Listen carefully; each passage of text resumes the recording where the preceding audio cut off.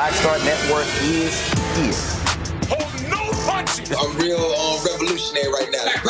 Support this man, Black Media. He makes sure that our stories are told.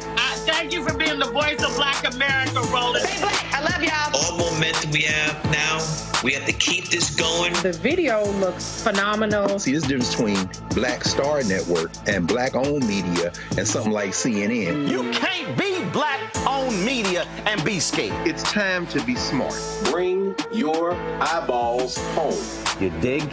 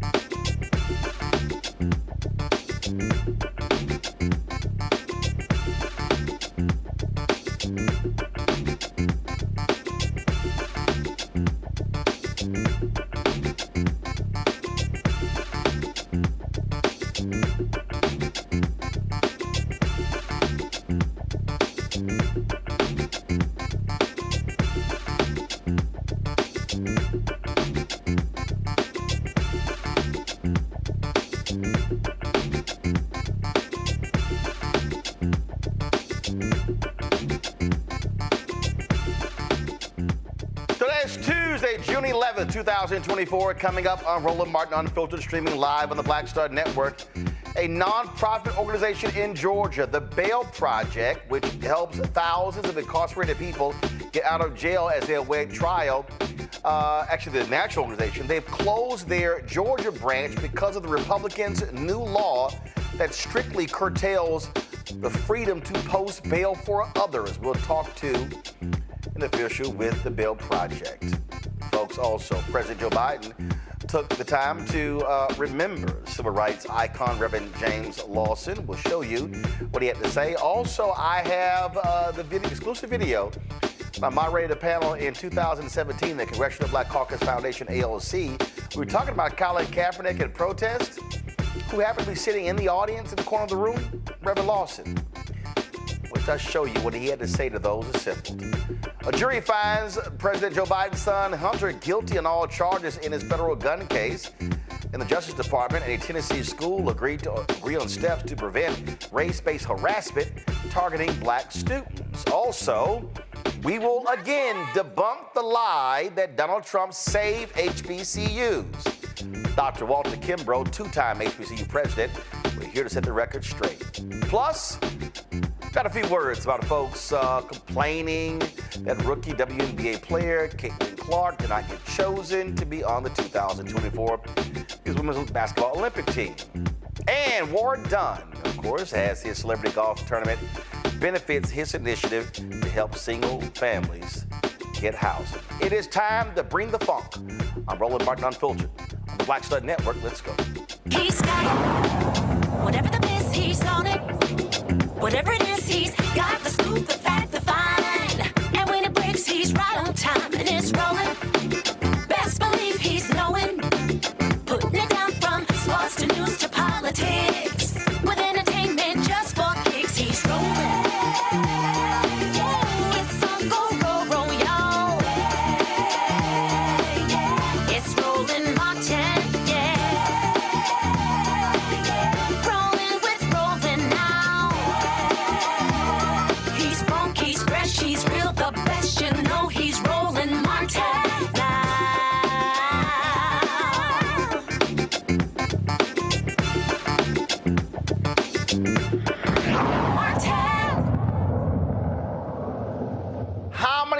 times do I have to tell y'all Republicans do not give a damn about the poor in this country?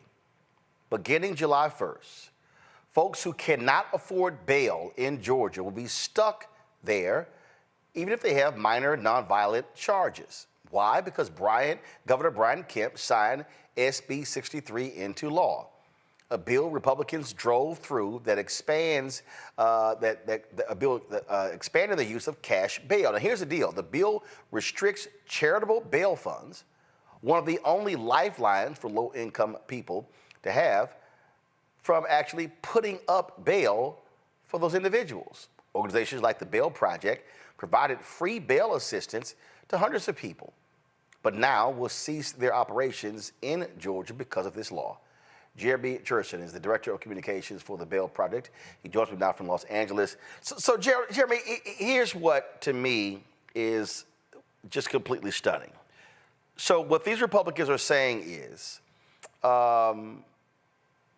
it's perfectly fine for a rich man to put the money up for Donald Trump to appeal his case that he lost in New York. But we can't have a nonprofit raising money that puts up bail for somebody with a minor nonviolent offense. So they can't afford to stay there. Well, they can't afford to get out. They just got to keep their behinds in jail, costing taxpayers more money likely than what the bail is. Well, thanks for having me, Roland. I agree with you completely. The cash bail system creates a two-tiered system of justice, one where people who can afford to pay bail are able to get out, one where people can't, have to remain incarcerated. They lose their jobs, they lose access to their homes, their children. People with behavioral health issues find those conditions worsening in jail. And like you're saying, it increases the burden on the jails themselves, costs taxpayer dollars. We've said for a long time that we think cash bail is a failed public policy. There are more effective ways to address public safety concerns than to use a mechanism like forcing people to pay bail. When bail exists, people who can't pay it wind up unnecessarily incarcerated. And we've been fighting against that for a long time by offering free bail assistance to people. So what I don't understand is, so they're essentially saying that, how dare you as an organization bail people out? And so, oh no, pull yourself up by your own bootstraps and bail your own self out. Yeah, I think there's a fundamental misunderstanding about what the services provided by an organization like the Bail Project offer. In Georgia and Atlanta particularly, we provided free bail assistance and supportive services to about 1,000 Georgians who return to court 91% of the time. And that's just a subset of the 30,000 people we've helped across the country with similar outcomes. We provide them with minimal intervention. We provide them with court notifications, travel assistance to and from court.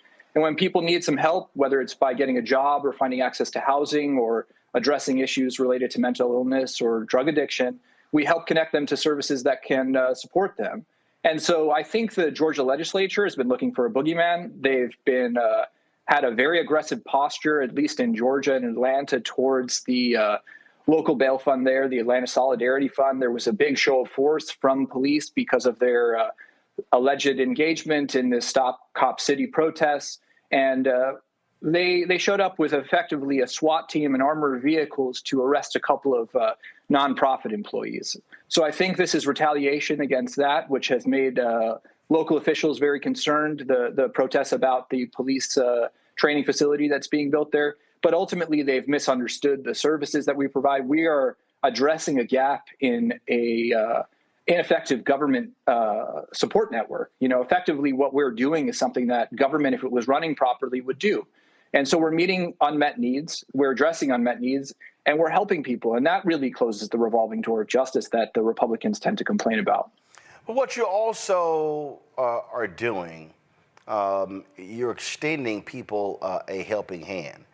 And really what Republicans are trying to do, and I keep seeing this all over, they want to associate their fictitious rise in crime on folks who have been who've been getting out of jail.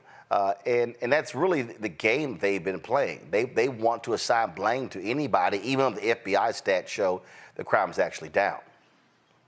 I think that what's important to recognize is that organizations like the Bail Project and many folks that advocate for bail reform are people that are just as concerned about public safety and keeping neighborhoods safe as Republicans say or claim that they are. And the difference is that we tend to rely on evidence, and government and some of our opponents or opponents of bail reform are folks that tend to look for convenient political talking points. But what we know that communities need to thrive and to feel safer is they need access to the supportive services that address the root causes that might lead to justice system involvement in the first place. And that goes very far back. I mean, it makes sure that we provide good food or good schools or public transportation that's effective or good housing, as well as providing services that address things like behavioral health concerns like addiction and mental illness that wind up leading to many people becoming incarcerated in the first place. Our jails across the country are becoming the largest psychiatric institutions in the United States.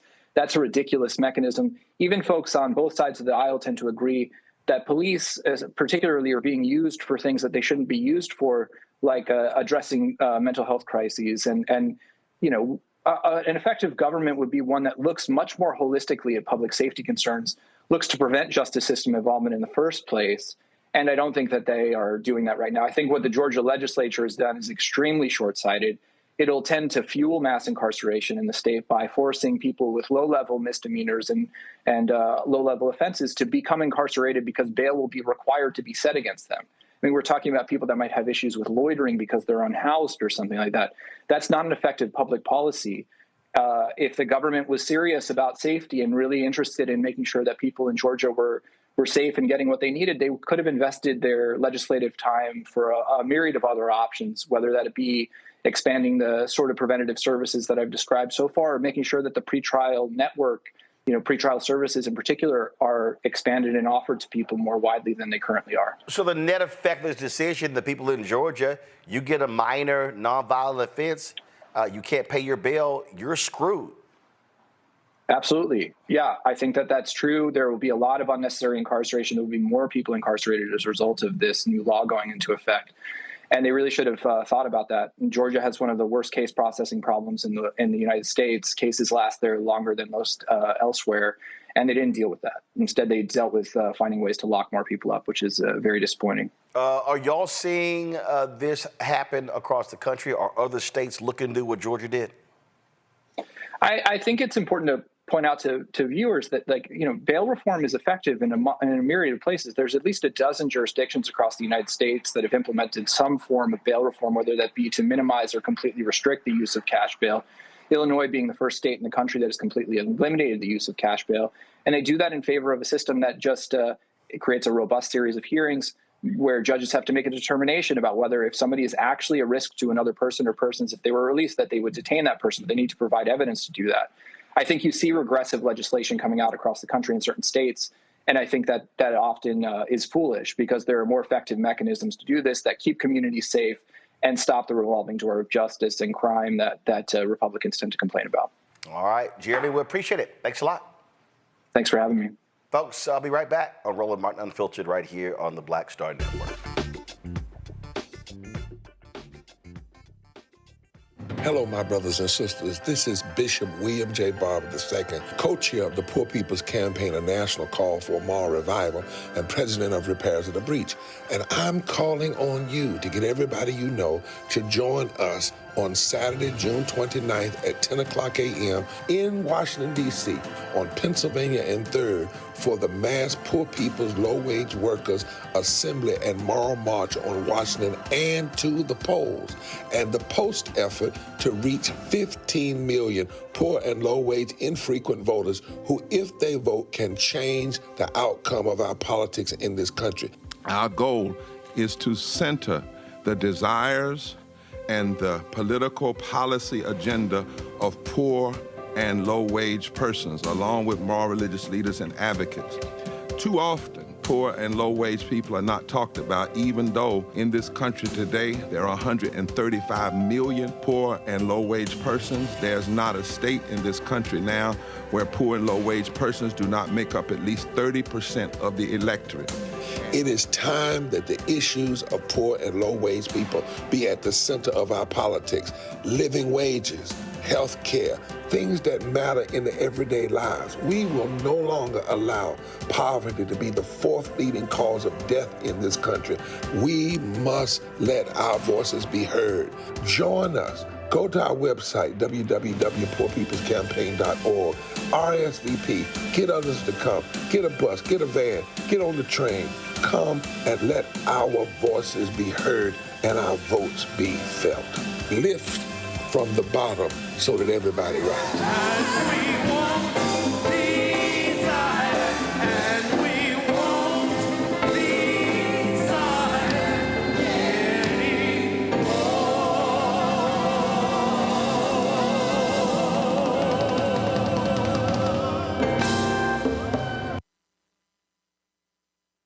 Hey, what's up, y'all? I'm Devon Frank. I'm Dr. Robin B., pharmacist and fitness coach, and you're watching Roland Martin Unfiltered.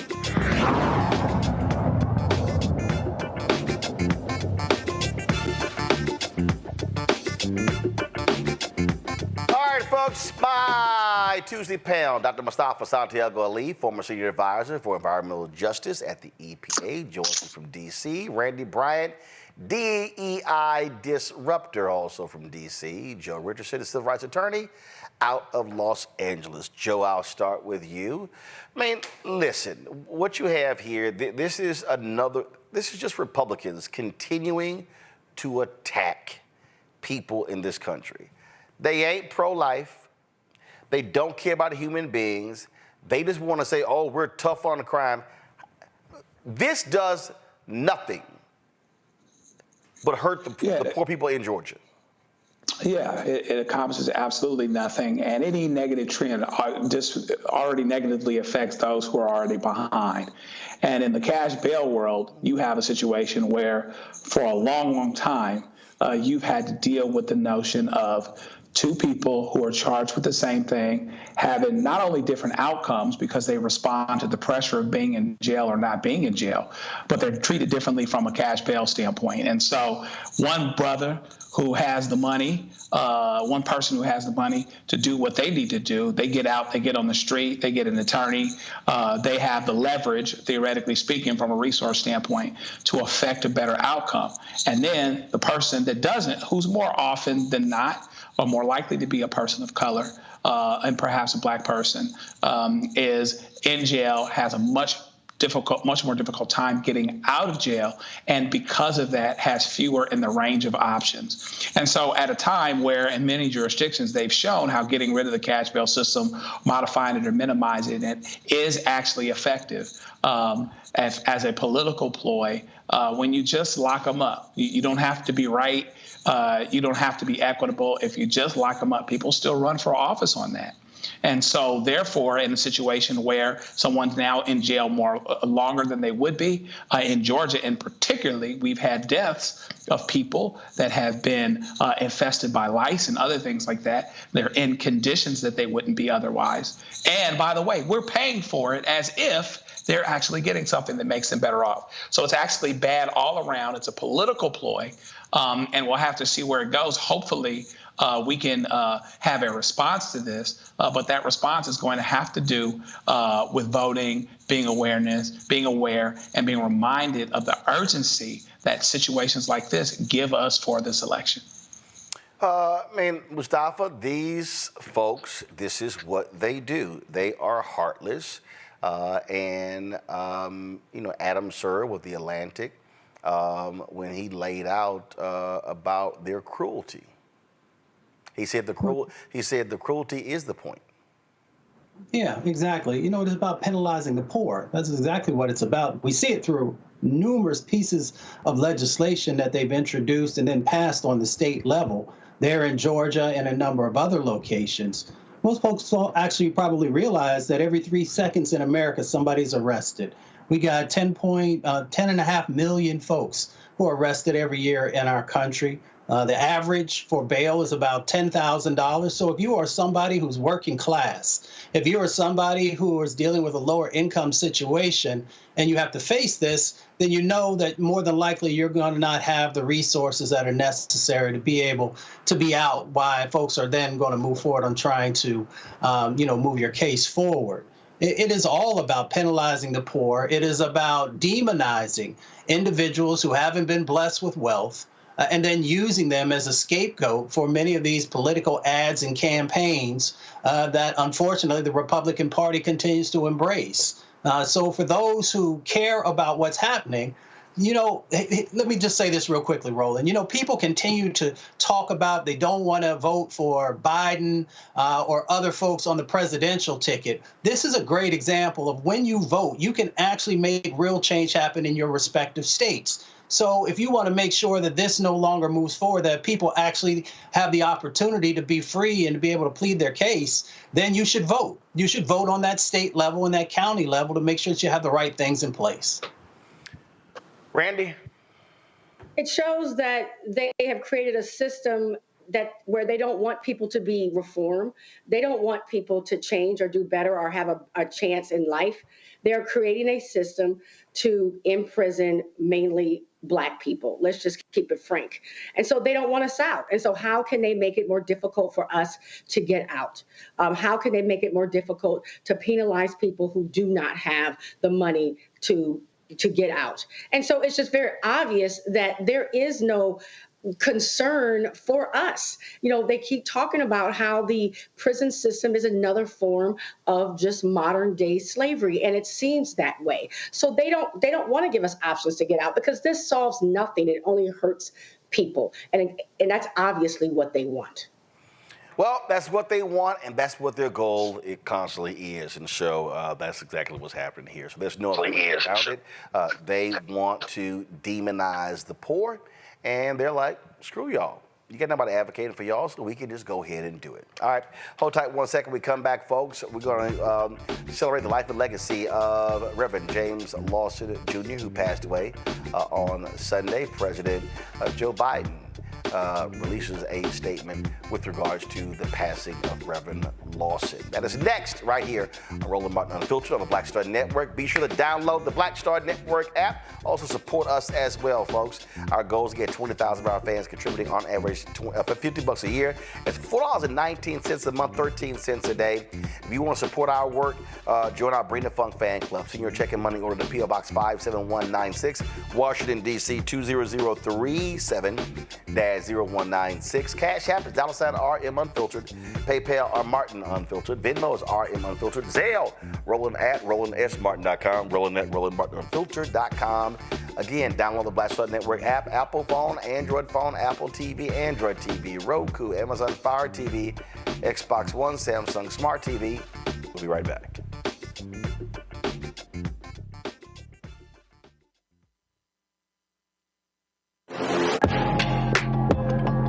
A lot of y'all have been asking me about the pocket squares that we have available on our website. You see me rocking the Shibori pocket square right here.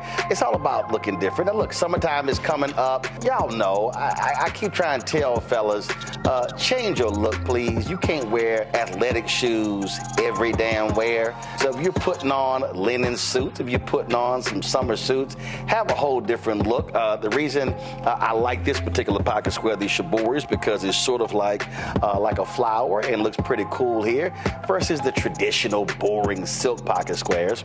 But also I like being a little different as well. So this is why we have these custom-made feather pocket squares on the website as well. My sister actually designed these after a few years ago. I was in this battle with Steve Harvey at Essence, and I saw this at a St. Jude fundraiser. I saw this feather pocket square, and I said, well, I got some ideas. So I hit her, and she sent me about 30 different ones. And so this completely changes your look. Now, some of you men out there, I had some dudes say, oh man, I can't wear that. Well, if you ain't got swagger, that's not my problem. But if you're looking for something different to spruce up your look, fellas, ladies, if y'all looking to get your man a good gift, I've run into brothers all across the country with the feather pocket squares saying, see, check mine out. And so it's always good to see them. And so this is what you do. Go to RolandSMartin.com/pocket squares. You can order Shibori pocket squares or the custom-made pocket squares. Now, for the Shiboris, we're out of a lot of the different colors, and I think we're down to about 200 or 300. So you want to get your order in as soon as you can, because here's what happened. I got these several years ago, and the Japanese company signed a deal with another company, and I bought them before they signed that deal, and so I can't get access to any more from the company in Japan that makes them. And so get yours now. So come summertime, when I see y'all at Essence, y'all could be looking fly with the Shibori Pocket Square or the custom-made Pocket Square. Again, RolandSMartin.com/Pocket Squares. Go there now.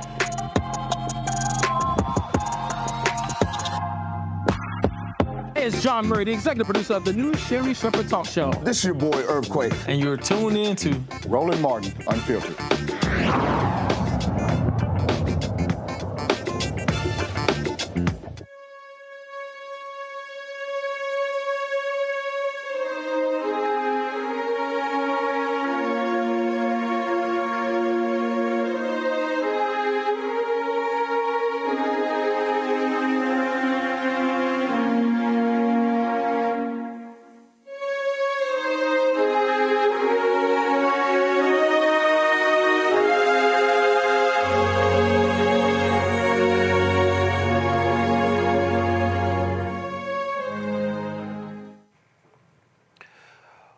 Many people continue to honor the life and legacy of Reverend Dr. James Lawson, Jr., one of our most crucial and pivotal civil rights leaders.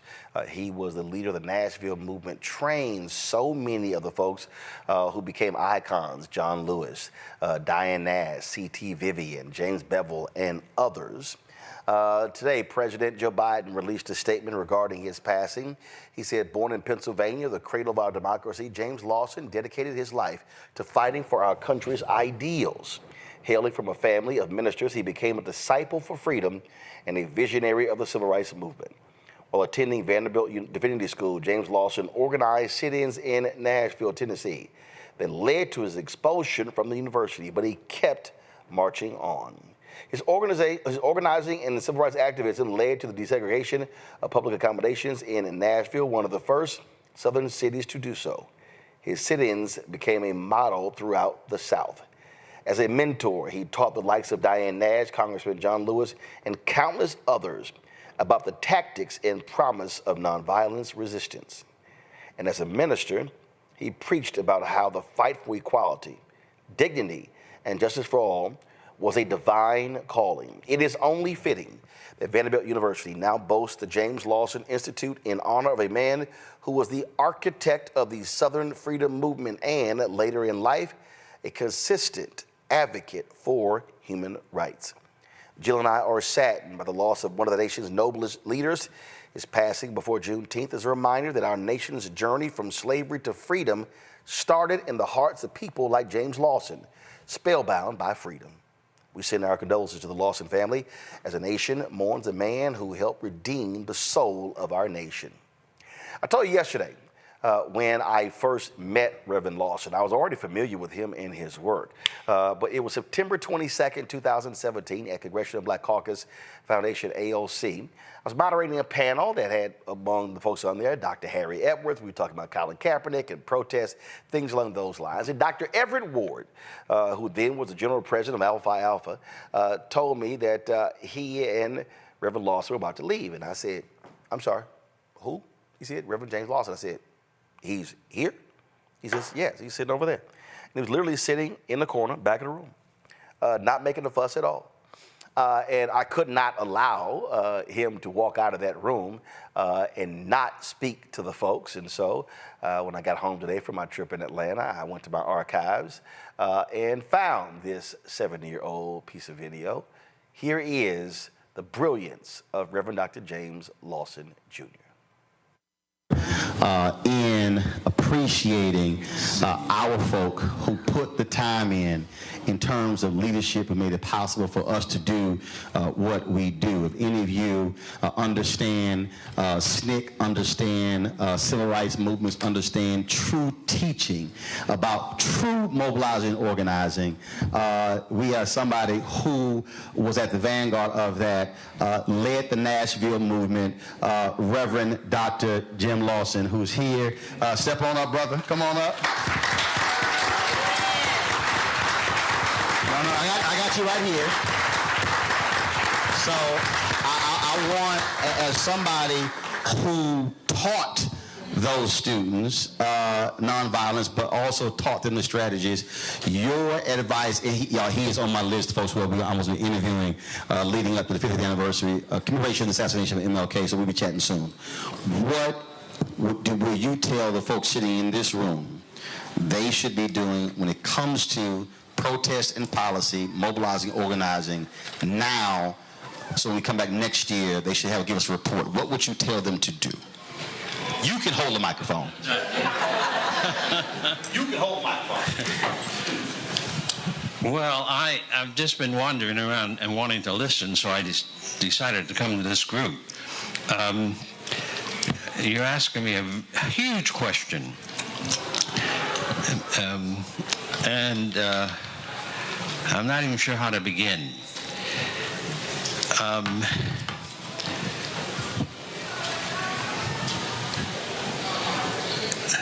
My work did not end in the 17 years I spent with in the nonviolent struggle in the South. Because one of the things that I know I'm very pleased with is that I started teaching poor people nonviolent struggle in Los Angeles and how to organize unions. And now Los Angeles has 800,000 union members, the second largest and most dense city in the United States with labor union, when California was a bitterly anti-labor, anti-union organization. That's happened in my lifetime since about 1980. 800,000 workers organized into democratic unions at the local level. And I know many black folk, many of us have critical of unions. I am too. However, the issue is not voting or not voting. The issue is if you do not have an engaged citizenry at every level of life who are awake and working and pushing and resisting and doing the work that needs to be done at the local level, that is the most important element for a democratic society. Not voting. Not voting. And I vote every year. I've had my voting rights taken away from me, and I've taken them back. So, an engaged people. And that's why, in my judgment at least, one of the things we need to do as struggle is to boldly insist that we have to be engaged in non-violent struggle at every point. In this most violent society of human history, we have to decide we don't have to be violent to do the work, and that our society has to change. And the language is important. Nonviolent struggle is not about primarily protest. And the media calls it protest. There is a better language. And we need to be learned to use that language instead of the media language. Everything is not a protest. The sit-in campaign in 1960 went on for 4, 5, 10 years in many cities across the country without let-up. We didn't call it protest. We called it nonviolent campaign.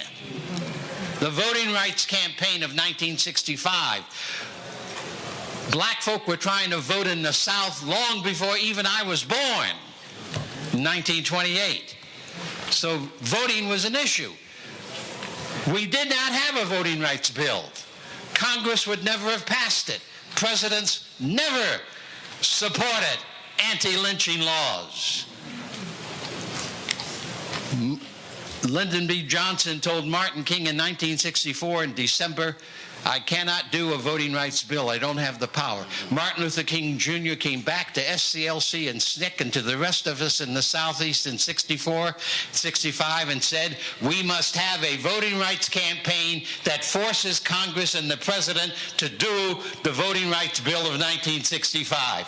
You did not see that story in any of the 50th year anniversaries of the Voting Rights Bill of 1965. But that's exactly what did happen in 1965. So we in the black community need to recognize our necessity of learning to do resistance to the injustice. And the movement of the 50s and 60s and into the 70s is probably the finest movement that ever happened anywhere in the world in terms of people dismantling and starting the process of dismantling. And that was the first time any group of Americans in this nation since 1774 organized to resist in this country racism, states' rights, the lynching and all the violence of it. So we ought to be now engaged in putting together the national, based in every local locality, the resistance movement that will do in the 21st century what has to be done if we're to save our nation from extinction. Drop the mic. Hold on, Joe, Reverend.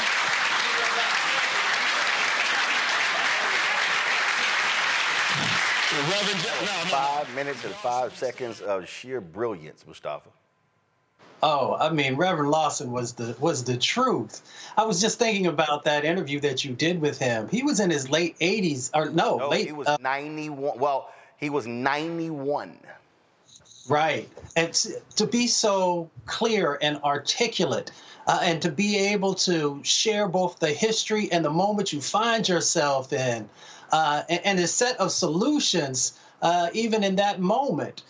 Is a gift and a blessing that so many of us need to not only hear, internalize, and to begin to move it into action. You know, Reverend Lawson once said that the heart of racism is the idea that a man is not a man. And we still live with that each and every day. A woman is not a woman, a man is not a man, whatever other labels you might use for an individual. But we find ourselves in that similar moment that he fought for decade upon decade upon decade. We are so blessed to have had him in the physical form for so long, and now to have him not only with the ancestors, but be in the spiritual form to continue to guide us forward. You know, Randy, I remember, that day just crystal clear, and it's always interesting when I go to different CBCF sessions, and a lot of times people having no idea who's actually there, no idea who's even in the room. Actually, I first met James Bevel in one of the sessions as well, one of the extraordinary organizers of the movement as well, trained under Reverend Jim Lawson. And the thing that I keep saying to folks is that the reason why we've got to have Black-owned media telling our story, because I haven't checked, but I doubt very seriously a single national broadcast said a word about his passing. I doubt many of the cable networks did much on it as well. And so when we have these giants walking amongst us, men and women, we must do our part to make sure that we talk to them, get their stories down on tape so we can preserve that knowledge for years to come. Just hearing him speak now, I was inspired, and I want that for everyone. And to know from where we come, from whence we come, helps us and empowers us to try to do more. His word that he used about engaged, us being engaged, is really what we talk about every week on this program, about ensuring that we're an engaged people and we are involved in ensuring that we have the best future possible. He said that he did not believe that he would live until 40 when after the murder of Martin Luther King Jr. And I'm so happy, as we all should be so happy, that he was and remained here in a physical form at 95 and just so incredibly sharp. I can't believe he was doing that speech then, but his lessons will live on, and I'm inspired today and absolutely grateful for him.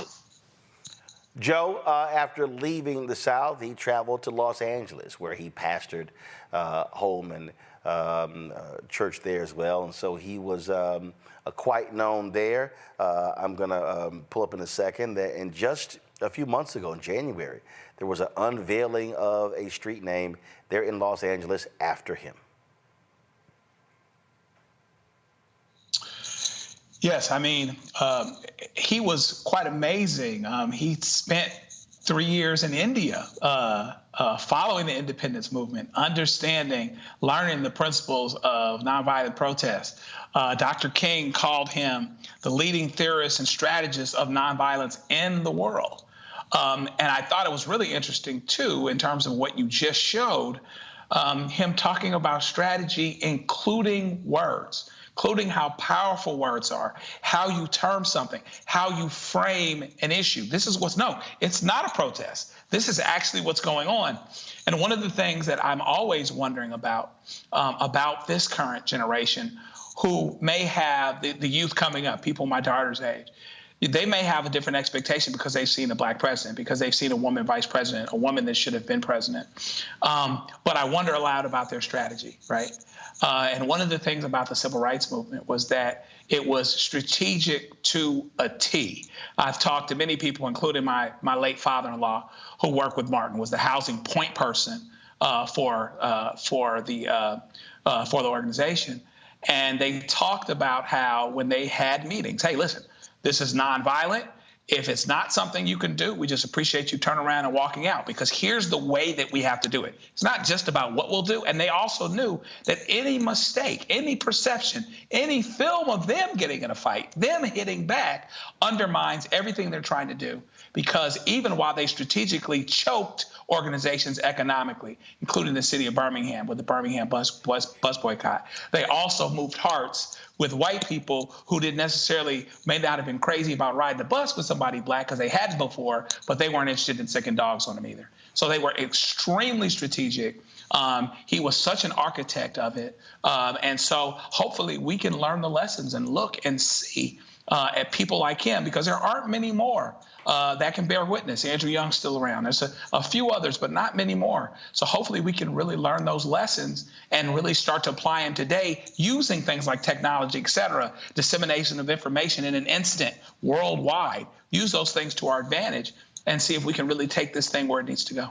I love how he redefined protest, Mustafa. Yeah, as Joe and others have said, words have power.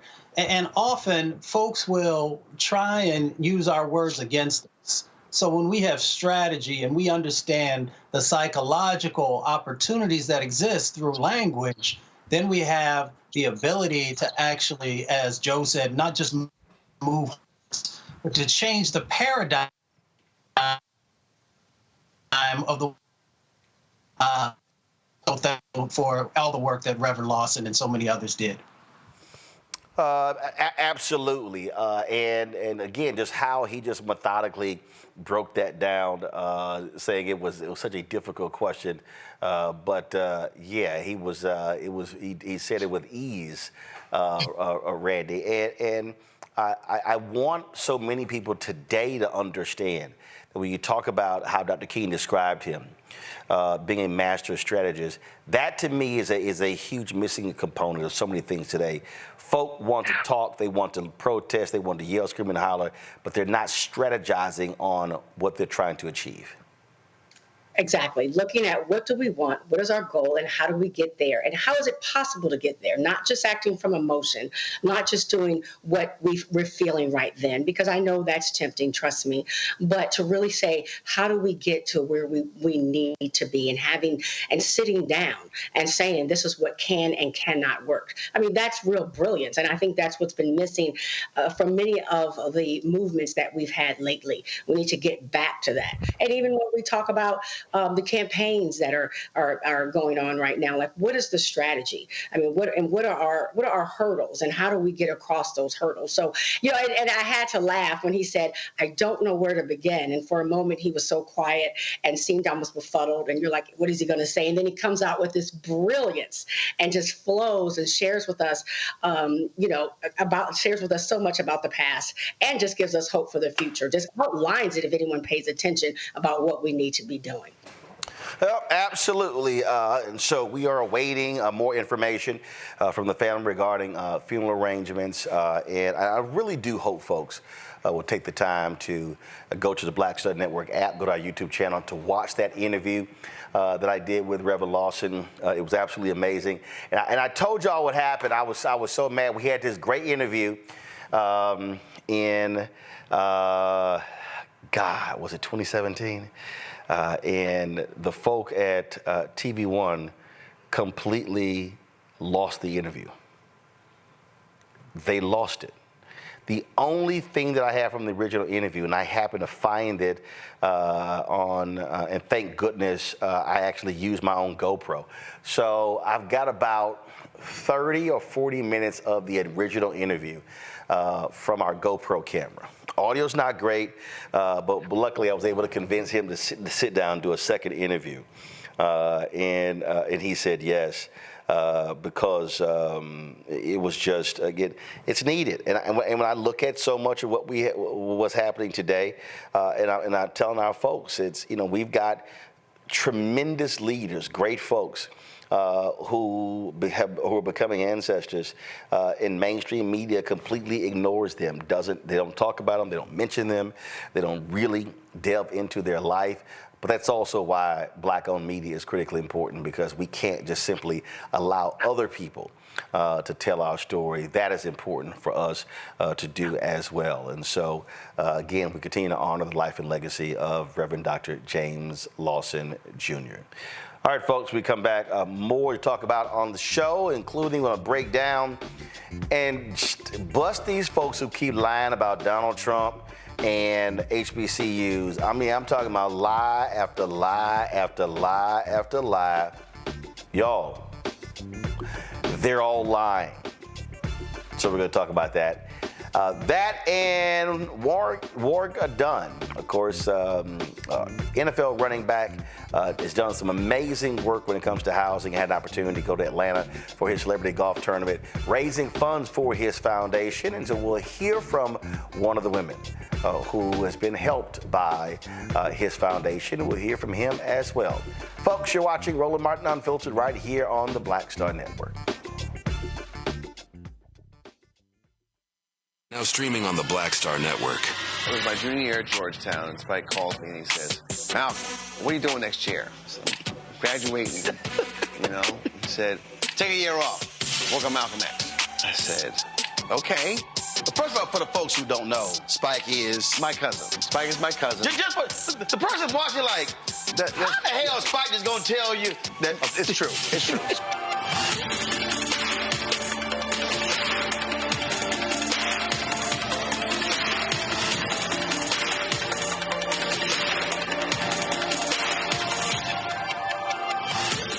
On a Next, A Balanced Life, we talk about how to get in touch with your feelings, emotions, how to find your North Star, and how to move your life along. Because oftentimes what we'll do is we'll accept what the world says about us as the truth and how we see ourselves, which that can be completely contrary to what the Word of God says about who you are. That's On a Next, A Balanced Life here on Black Star Network.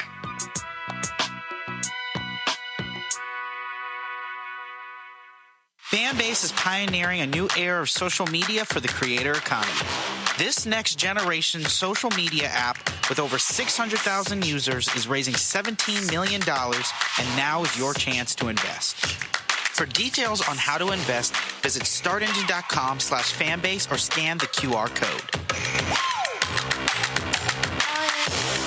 Another way we're giving you the freedom to be you without limits.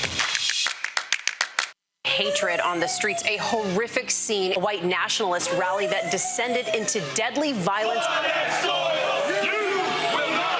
White people are losing their damn minds. As an angry pro-Trump mob storms the U.S. Capitol, we're about to see the rise of what I call white minority resistance. We have seen white folks in this country who simply cannot tolerate black folks voting. I think what we're seeing is the inevitable result of violent denial. This is part of American history. Every time that people of color have made progress, whether real or symbolic, there has been what Carol Anderson at Emory University calls white rage as a backlash. This is the rise of the Proud Boys and the Boogaloo Boys. America, there's going to be more of this. Here's all the Proud Boys, guys. This country is getting increasingly racist in its behaviors and its attitudes because of the fear of white people. The fear that they're taking our jobs, they're taking our resources, they're taking our women. This is white fear.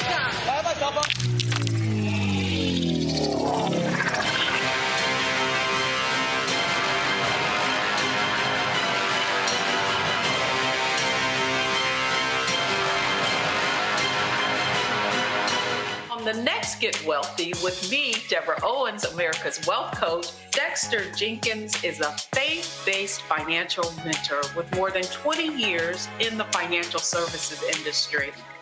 He's passionate about helping families build generational wealth. Even though I'm talking about things like prayer, I'm talking about things about reading the word, I'm talking about things like fellowship, I'm talking to members who are dealing with losing their houses, or I'm talking to members who, because of a lack of the handling their finances, they're working 2 and 3 jobs. And so what I'm finding is that they're not coming to church because they don't have a handle on their finances. We're talking how to get wealthy through faith and our finances on the next Get Wealthy, right here, only on Black Star Network. Next on the Black Table, a man Cornel West calls the greatest democratic theorist of his generation. Adolph Reed joins us to talk about his eventful life and his book, The South, Jim Crow and its Afterlives. Somewhere between an electoral sweep or an out-and-out coup or putsch, I think the danger is quite real. Join us for the Black Table, only on the Black Star Network. Bruce Smith, creator and executive producer of The Proud Family, Louder and Prouder, and you're watching Roland Martin Unfiltered.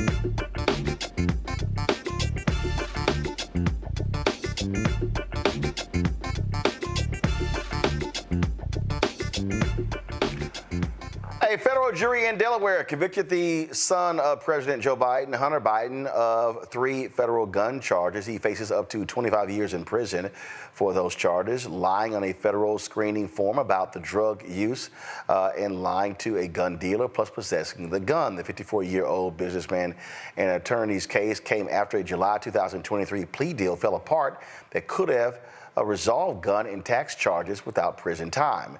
Hunter Biden still faces another federal trial starting September 5th in California for allegedly avoiding taxes. And what you got going on, you got Republicans who are now upset. And I love that some of them saying, oh, well, this should have never been the case. Then you got Speaker Mike Johnson saying, well, it still shows you there are 2 justice systems, one for Trump and one for others.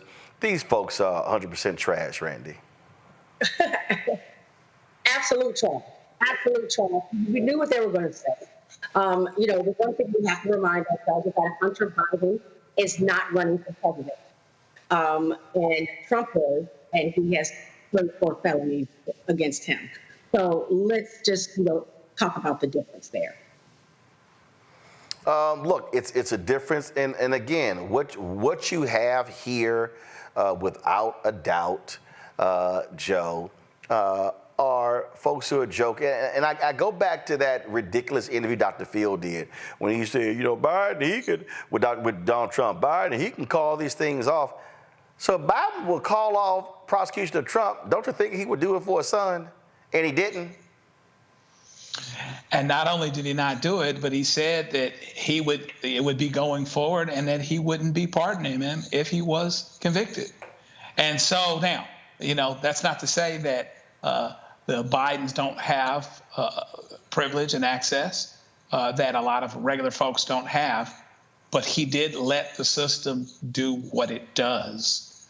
And his son is going to have to be accountable by sentencing guidelines. He probably doesn't go to jail, but that's because of the nature of the beast and the fact that he's never been convicted of anything, et cetera.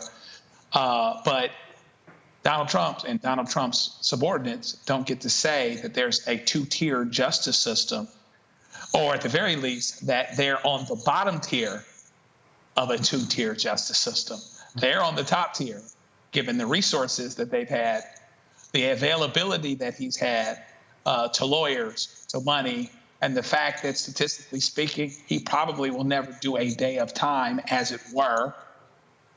So they've still got no complaints, relatively speaking. Mustafa?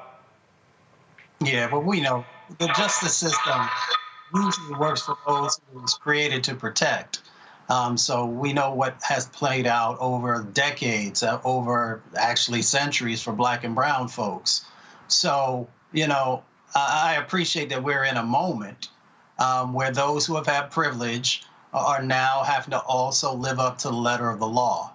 With that being said, we also know that addiction is a mental health issue, and it is also a physical health issue, and that we should be doing more to help people who are dealing with that. And we often just jump to the incarceration aspect of the conversation instead of also talking about how do we make sure that people never find themselves in that situation.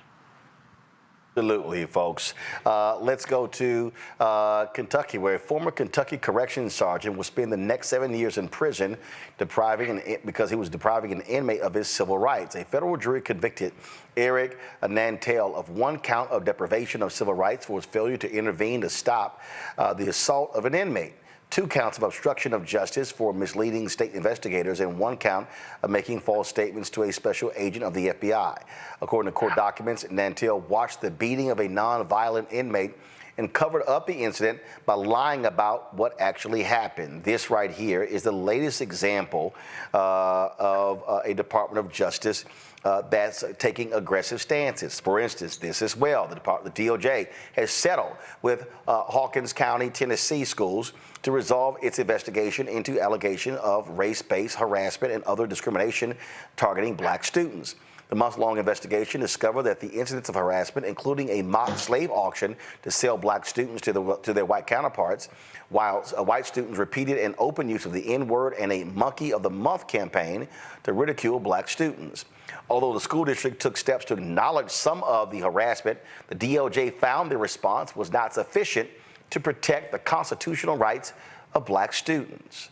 Under the agreement, Hawkins County schools must implement significant reforms, including hiring a compliance officer to oversee the effective resolution of race discrimination and harassment complaints, retaining a consultant to support the school district in implementing the agreement, and creating a discrimination-free learning environment for all, creating a new electronic reporting portal to track and manage complaints and the district's response to complaints, updating its racial harassment and school discipline policies to more accurately track and consistently respond to complaints of race-based harassment, training staff on how to identify, investigate, and respond to complaints of racial harassment and discriminatory discipline practices, informing students and parents of how to report harassment and discrimination, implementing listening sessions, school climate surveys, training and educational events on identifying and preventing race discrimination, including discriminatory harassment, and analyzing discipline data and amending policies to ensure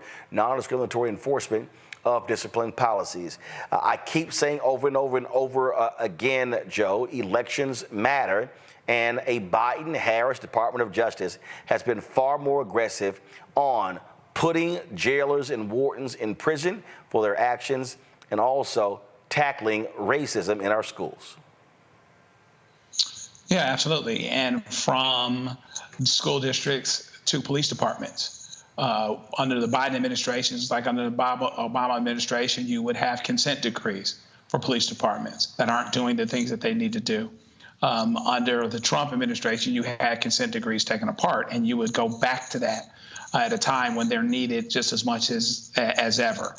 The stories here could have been out of the 20s or the 30s in terms of what that district was actually doing, what was being allowed to be done, the harassment, the bullying, the intimidation of Black students, a mock slave auction. Whose idea is that? How does that happen? And folks think that that's actually something that ought to be being done. And then they didn't go far enough when they admitted some things, but not all things. And that's why you need an aggressive Justice Department to continue to root out those things that exist and which are not necessarily getting less prevalent, particularly at a time like now. Votes matter, voting matters, election matters, and we better focus, keep our eye on the prize related to what it is that we need to do from an election, voting, participatory democracy standpoint, because everything is at stake. Mustafa, we do these stories. They don't get really any attention whatsoever in mainstream media. And also, I don't understand why the Biden-Harris administration, they aren't talking about this sort of stuff from the podium, why Karine Jean-Pierre isn't speaking about this kind of stuff, because people out there, I mean, I saw somebody tweet saying, hey, we can get the George Floyd Justice Act, but you still are seeing aggressive prosecution dealing with criminal justice reform. They just not talking about it. Yeah, and if you don't put a spotlight on it and you don't share with folks how the investment of their vote is helping to make real change happen, then you're least likely to be able to get it again because they think you haven't done anything. So they definitely have got to change that paradigm. We also got to make sure that not only is the DOJ doing an amazing job, and if they weren't, I would call it out, but they've been doing a really good job on a whole number of issues. And as we talk about voting again, it is so critically important for you to also be thinking about on the local, the county, and the state level about the individuals who are best going to not only protect your kids. It's amazing that we still have kids who are being put in these types of situations in the 2020s, right? But, you know, your vote helps to make sure that we have individuals who are going to not only make sure that the right people are there, but that we're getting rid of the wrong people. And we often don't talk enough about that. So one, the Biden administration should be highlighting their investments and how change is happening and what they will do if they get another 4 years. That's what I want to know. What additional things are you going to do to build upon the successes of our vote? And the other part of it is that we've got this tapestry of pain and trauma that's happening in states like Tennessee and other locations where we're allowing individuals to do these inhuman things to our kids and use our tax dollars. Let me say that again, use our tax dollars to have racial harassment and these other types of things. So we need to just be mindful of the power of our vote and how it is also connected to our pocketbook, and how it is also connected to the education that provides an opportunity for a better future for our kids. So we need to get up off our boat, get up off of our butts, do our research, and then vote. Randy. And this also goes to voting for even down to the school boards, and ensure that there's some oversight. What I don't like not seeing is a level of accountability. What happens when teachers or principals or resource officers allow this sort of abuse? Because that's what's happening in those schools to happen. I mean, it really burns me up when I see children being treated this way, because it is abuse. It doesn't, the memories of what happened does not go away. It affects their self-esteem for years and years to come, maybe forever if they don't get some kind of counseling. And those people were paid. Our tax dollars were used. And it's just so incredibly upsetting to me. And so it's not just what are we going to do, but what are we going to do when someone doesn't ensure that our children are safe and protected? That's what I want to see. But absolutely, the Justice Department has been shining a light on all of these atrocities. We don't hear about it as much as we should, but we at least are hearing about it, and they're going after these people. All right, folks, hold tight 1 second. We come back. Donald Trump and his Republican minions continue to lie about how great he was for HBCUs. We have broken this thing down on numerous times. Now they're out on the campaign trail, lying. So we're going to show y'all what the actual numbers are so you understand what the truth is. Folks, support Roland Martin Unfiltered and the Black Star Network by joining our Bring the Funk fan club. So you're checking money, go to the P.O. Box 57196, Washington, D.C., 20037-0196. Cash App is $RM Unfiltered. PayPal are Martin Unfiltered. Venmo is RM Unfiltered. Zelle, Roland at RolandSMartin.com, Roland at RolandMartinUnfiltered.com. And be sure to download the Black Star Network app. Apple phone, Android phone, Apple TV, Android TV, Roku, Amazon Fire TV, Xbox One, Samsung Smart TV. Also, don't forget to get a copy of my book, White Fear, How the Browning of America is Making White Folks Lose Their Minds. Available bookstores nationwide. Get the audio version on Audible. We'll be right back.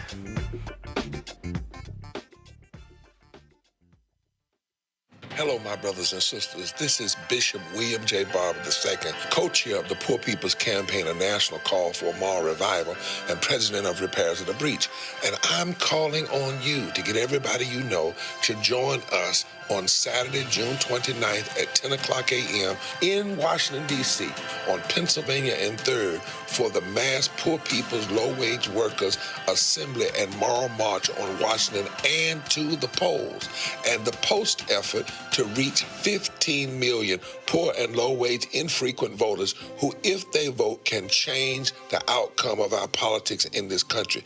Our goal is to center the desires and the political policy agenda of poor and low-wage persons, along with moral religious leaders and advocates. Too often, poor and low-wage people are not talked about, even though in this country today there are 135 million poor and low-wage persons. There's not a state in this country now where poor and low-wage persons do not make up at least 30% of the electorate. It is time that the issues of poor and low-wage people be at the center of our politics. Living wages, health care, things that matter in the everyday lives. We will no longer allow poverty to be the fourth leading cause of death in this country. We must let our voices be heard. Join us. Go to our website, www.poorpeoplescampaign.org. RSVP. Get others to come. Get a bus. Get a van. Get on the train. Come and let our voices be heard and our votes be felt. Lift from the bottom so that everybody rises.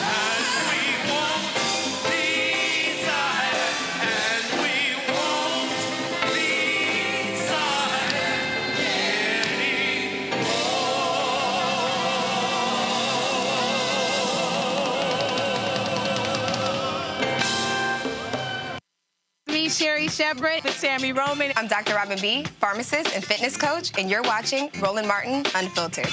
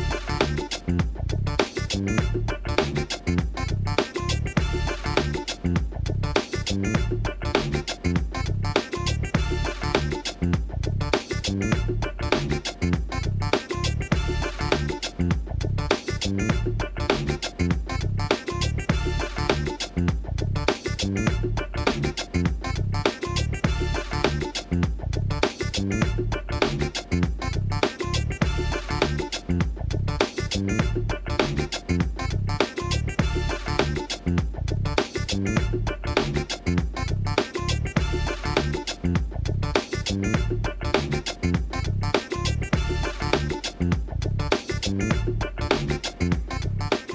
right, folks, this is, of course, campaign season, and, man, every time you turn around, you got Donald Trump, Senator Tim Scott, and others just straight up lying about Trump's record with HBCUs.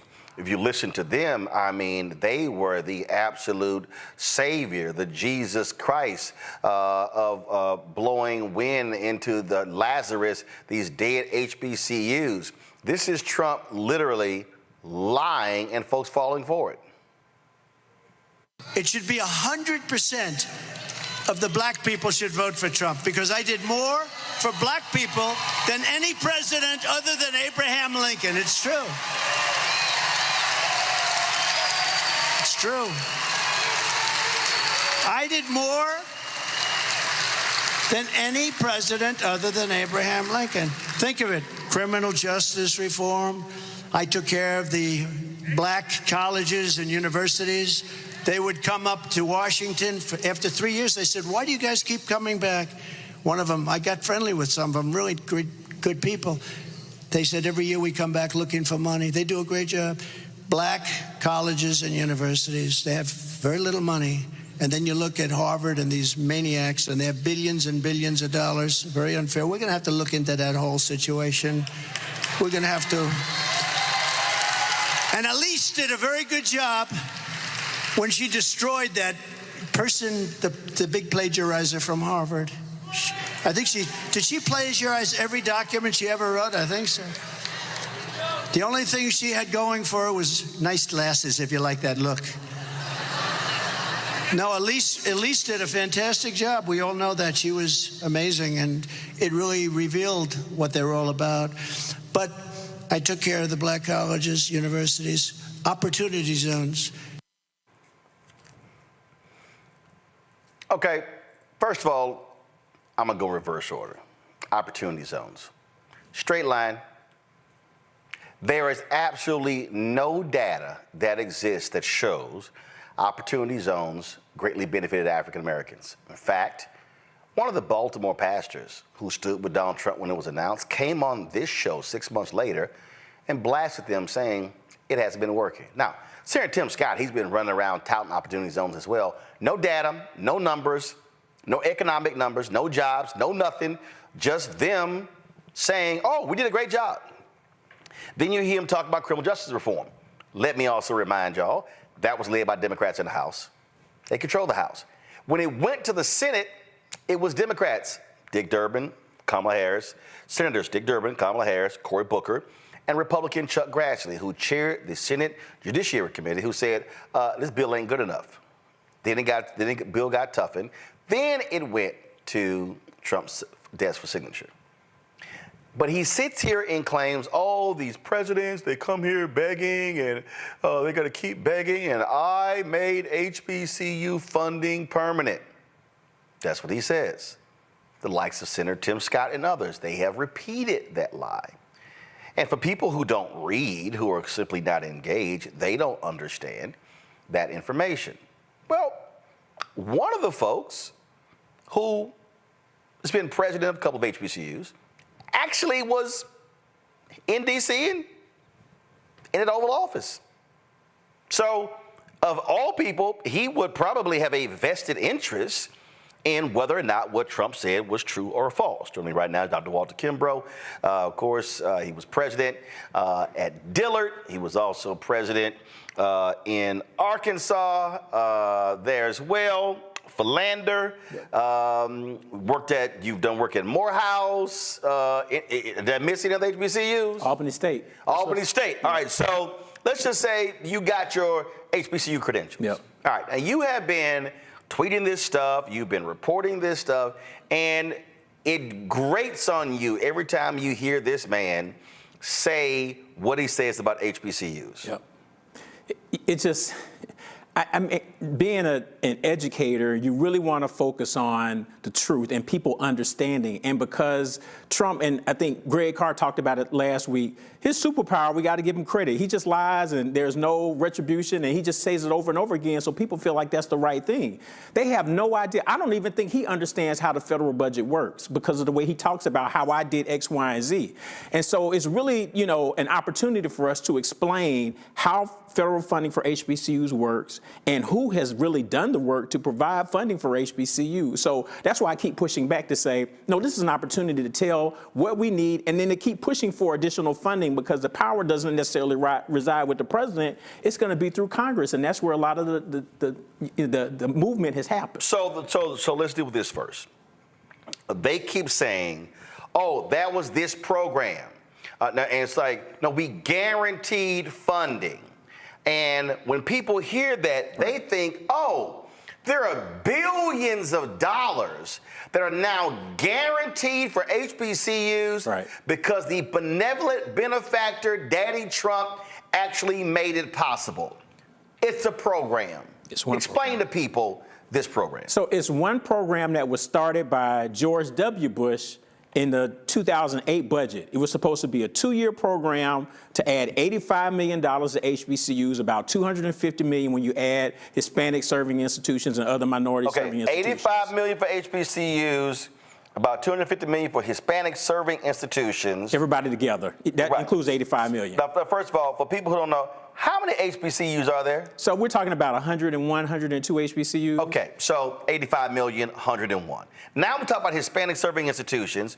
Again, for all the silly Negroes out there who I got to deal with on this one, see, there they go, Hispanics get more than us. Explain what compromises an HSI, Hispanic Serving Institution. So the only thing you have to do to be a Hispanic Serving Institution is 25% of your student body is Hispanic. So there are institutions that wake up one morning and say, oh, wow, we're now an HSI. So now they're eligible for that money. So most of these institutions, you could go on the campus and not know it's an HSI because it's still predominantly white. So and there are over 500 institutions that categorize themselves now as HSIs. All right. So, for instance, my alma mater, Texas A&M, is an HSI. All right. Yep. So people, it just kills me when people go, see, Hispanics are getting more money than us. Don't even know what the hell a HSI is. Right. Okay. So this program, it's supposed to be a 2-year program. Okay. Under Bush, then what happened? Right. So it was going to sunset. When Obama came in, he zeroed it out the budget. Everybody raised hell. President Obama cut the budget. So he was like, oh, man, I'm taking an L on this. So let me come out with a new program under this bill called SAFRA. We're going to take that 85 and the whole 255 million and make it a 10-year program. Got it. So when you hear Trump talking about a 10-year program, he got that from Obama. Okay. Obama did it first. He said, okay, I'm going to get y'all because y'all got me on this. So it's going to be a 10-year program. So it came to the end of the 10 years. Trump did the same thing and zeroed it out. He had no interest in trying to do anything different with it. Alma Adams came in and said, nope, we're going to bring this program back. And so she worked with, members of Congress, and I think as a part of the negotiations, I think Lamar Alexander to try to get his first in the House, you had Representative Alma Adams, Representative Bobby Scott, CBC, and others. It passes the House. Right. Then it goes to the Senate. Then Senator Lamar Alexander of Tennessee, frankly, holds it up. Right. And all of a sudden, they begin to negotiate. And so they're weighing in on the White House as well. So then the White House is like, yo, Lamar, what the hell are you doing? Right. They negotiate that. It passes. It comes to his desk. So, again, so he signs the overall bill. And so he then, as he markets, taking credit saying, I guaranteed funding to HBCUs. They don't have to come back to Congress asking for any more money because I hooked them up. Right. And that's wrong because it's still the one program, $85 million. Within the total federal budget, HBCUs get about $1.5 billion. So this isn't the largest of the programs that's existed out there. So a lot of people say, well, they got money. And that's dangerous too, because people say, well, they don't need any more money because they've been funded permanently. And that's not the deal. It's just one. So it represents less than 7% of all federal HBCU money, because we get money from the Department of Agriculture, from Department of Defense, Department of Interior, National Science Foundation. That's just part of it. Right.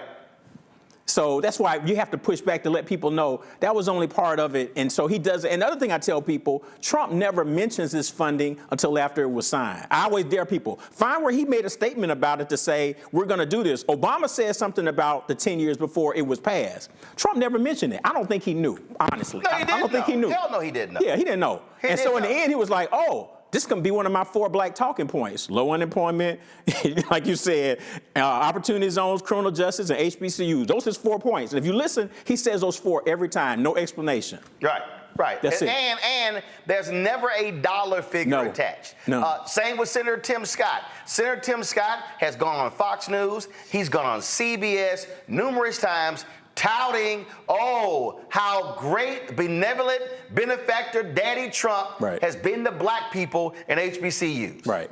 That's part of the problem that and what I try to tell people too, because people will say, well, do HBCUs get more money after Trump becomes president overall in the budget? The answer is yes. There's been more money because the federal budget in his 4 years increased by 70%. He blew the budget out of the water. During Obama's time, his 8 years only increased 14%. So far in Biden's, it's about 7%. So he spent the most money because he wanted to put all the money in the military. Right. And that was a part of the challenge. But the HBCU money didn't grow. And I always tell people, don't just look at the end product because the president presents what's called a skinny budget in February or March. Congress then appropriates the money. Some people say the president proposes, Congress disposes. So I always say, go back and look at what he asked for. And if you look over his 4 years, Trump asked for a negative $117 million for HBCUs. Whoa. He proposed $117 million worth of cuts in 4 years. That's the number. That's the number. You never want it. They never talk about it. They will never talk about. They'll look at the end and say, well, HBCU, their budget went up over $100 million. It did because members of Congress said, nope, we're not paying attention to you. We're going to add more money. In his, I think, one of his statements about what Trump did for HBCUs, they'll say he increased HBCU budget by 14%. That was that first year. He didn't do that. That was Doug Jones and Kamala Harris. Because they wrote a letter to their colleagues. They had 12 colleagues sign on and say, y'all gonna spend all this money on defense? We gotta take care of HBCUs. Hold on. Let's not speed of it. So for all them people who say Senator Kamala Harris, she ain't done enough for black people. Kamala Harris and Doug Jones, that 14% that if you look on the list that they have from the Trump archives about what he did for HBCUs, and you'll see 14%, that 14% you can tie directly to Kamala Harris and Doug Jones. You can look at the letter. They advocated for that. So she was a big part of that money that HBCUs got. But then Trump took credit for it. His first year, he proposed a flat budget. He wasn't trying to give HBCUs any money. And overall, he tried to cut over $100 million. I don't even count SCOG, work study. SCOG, what is that? That's a supplemented educational opportunity grant that a lot of black students use all over, not just HBCUs, but that's an important program. And of course, black students know about work study. He tried to just decimate those programs. And so when he presented particularly his FY20 budget, when he got rid of the $85 million, the Thurgood Marshall Fund wrote a letter saying, man, you're trying to cut everything. And people don't want to read that. So they just look at the end and say, oh, he did such a great job. I said, look at his budget, because your budget shows what your priorities are. Right. And his budget was always a cut for HBCUs. And the thing that also jumps out at me, again, as we're walking through this, first of all, let's be real clear. He only been to one HBCU campus. And he wasn't invited by that school. He wasn't invited by them. It was an outside group that rented some space. That was this third-party group, supposedly Republicans and Democrats. And what happened was the Republicans with that group really flipped that thing into a Trump victory lap and pissed off a bunch of the Democrats. And most of those people in leadership, they got booted out because of what they did. So he probably couldn't even name Benedict. Trump couldn't name 3 HBCUs if you told him 4. That's the way I look at it. He has no clue. The way we ended up in that Oval Office, that's Omarosa's fault, because she fed into his ego, just like, man, he's gonna because we weren't supposed to see him. It was the day before the State of the Union. He's supposed to be trying to get himself together. They use that, and so people see that image. I think you talked about this last week. They see the image of the president in the Oval Office. They're like, well, yeah, he must have done something. It was all stagecraft. And again, but people who don't understand, look, you got HBCU week.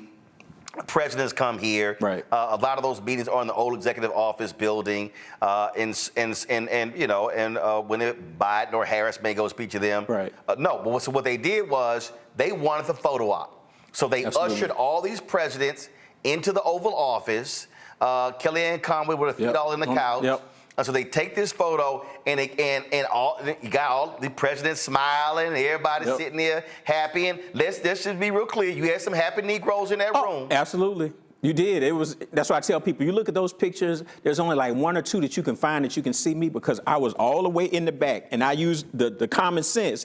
If the camera can't see you, you can't see the camera, you good. Because I didn't want to, because when they announced we were going in there, I was like, this is bad. This is going to be bad for everybody. And we were walking out and people's phones blowing up, like their officers saying, yeah, people saw you. I said, yeah, I don't want. And the next morning I was on CNN just like, look, that's not why I came.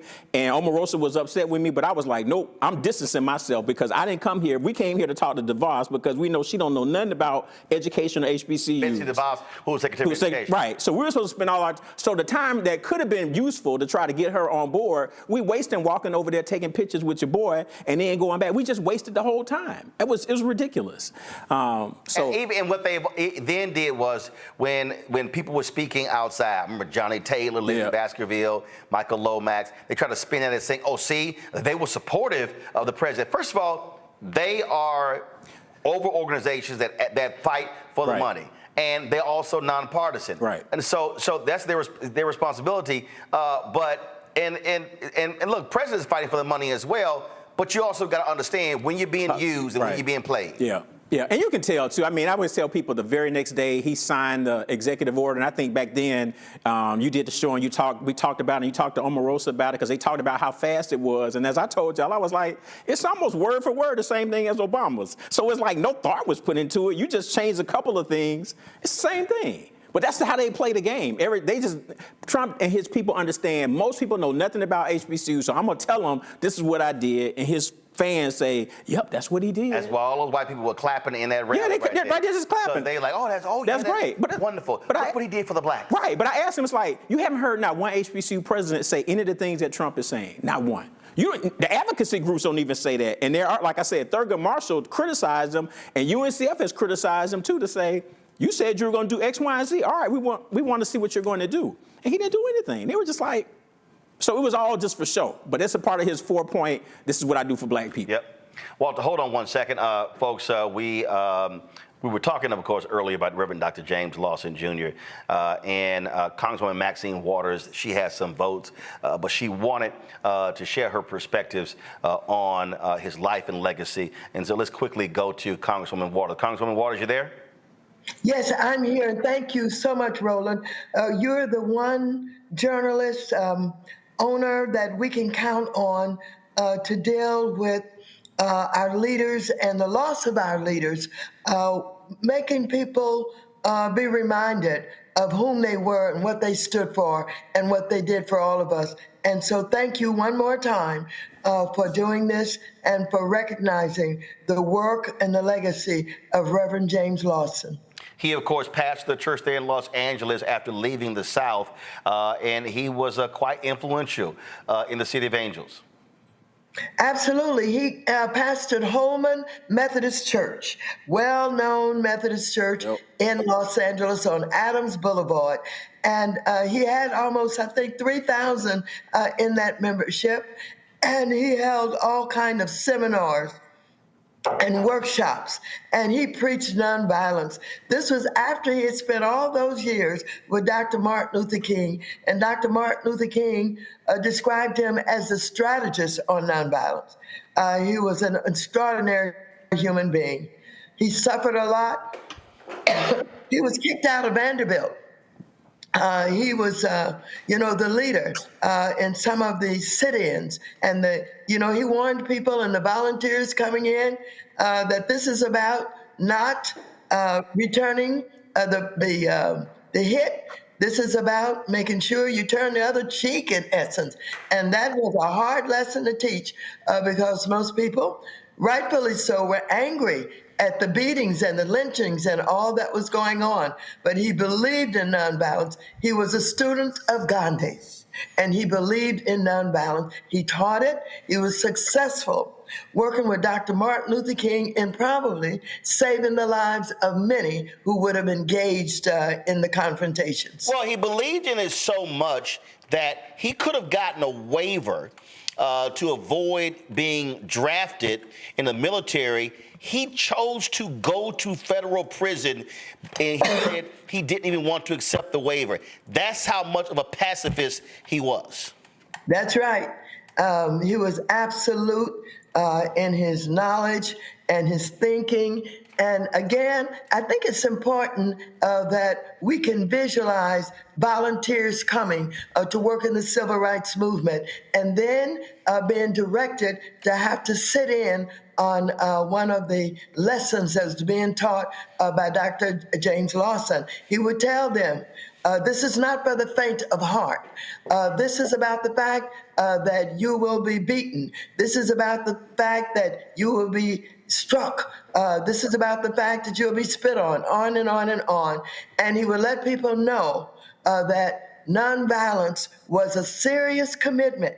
But, you know, the more I think about it, over the years, he probably saved a lot of lives because they would have outgunned us anyway. They would have outdone everything necessary to get rid of us, and that is kill us as they were doing even more. And so we must appreciate what he did. It was a tough job, and it was divisive in some of the Black community that did not believe in it. But in the final analysis, he won. He won with the thinking about what we needed to do to be opposed to, you know, discrimination and racism and violence and all of that. And one of the things that also, for me, that jumps out, I mean, talk about him being a master strategist. I mean, but even at 91, 92, he died at 95. I mean, that mind was sharp as ever. That's the eulogy that he gave at John Lewis's funeral was extraordinary. Everybody talks about Obama. I said, no, the real eulogy was the one James Lawson gave. I played a clip earlier when we were at CBCF, and he happened to be in the room and just sitting in the corner, the back of the room, just listening, and I had to bring him up when I was told he was there. I said, wait a minute. I said, who's here? And he dropped so much knowledge in 5 minutes and 5 seconds. But just, and the other thing, he did not seek credit. He wasn't trying to be a civil rights celebrity, and that was never his thing.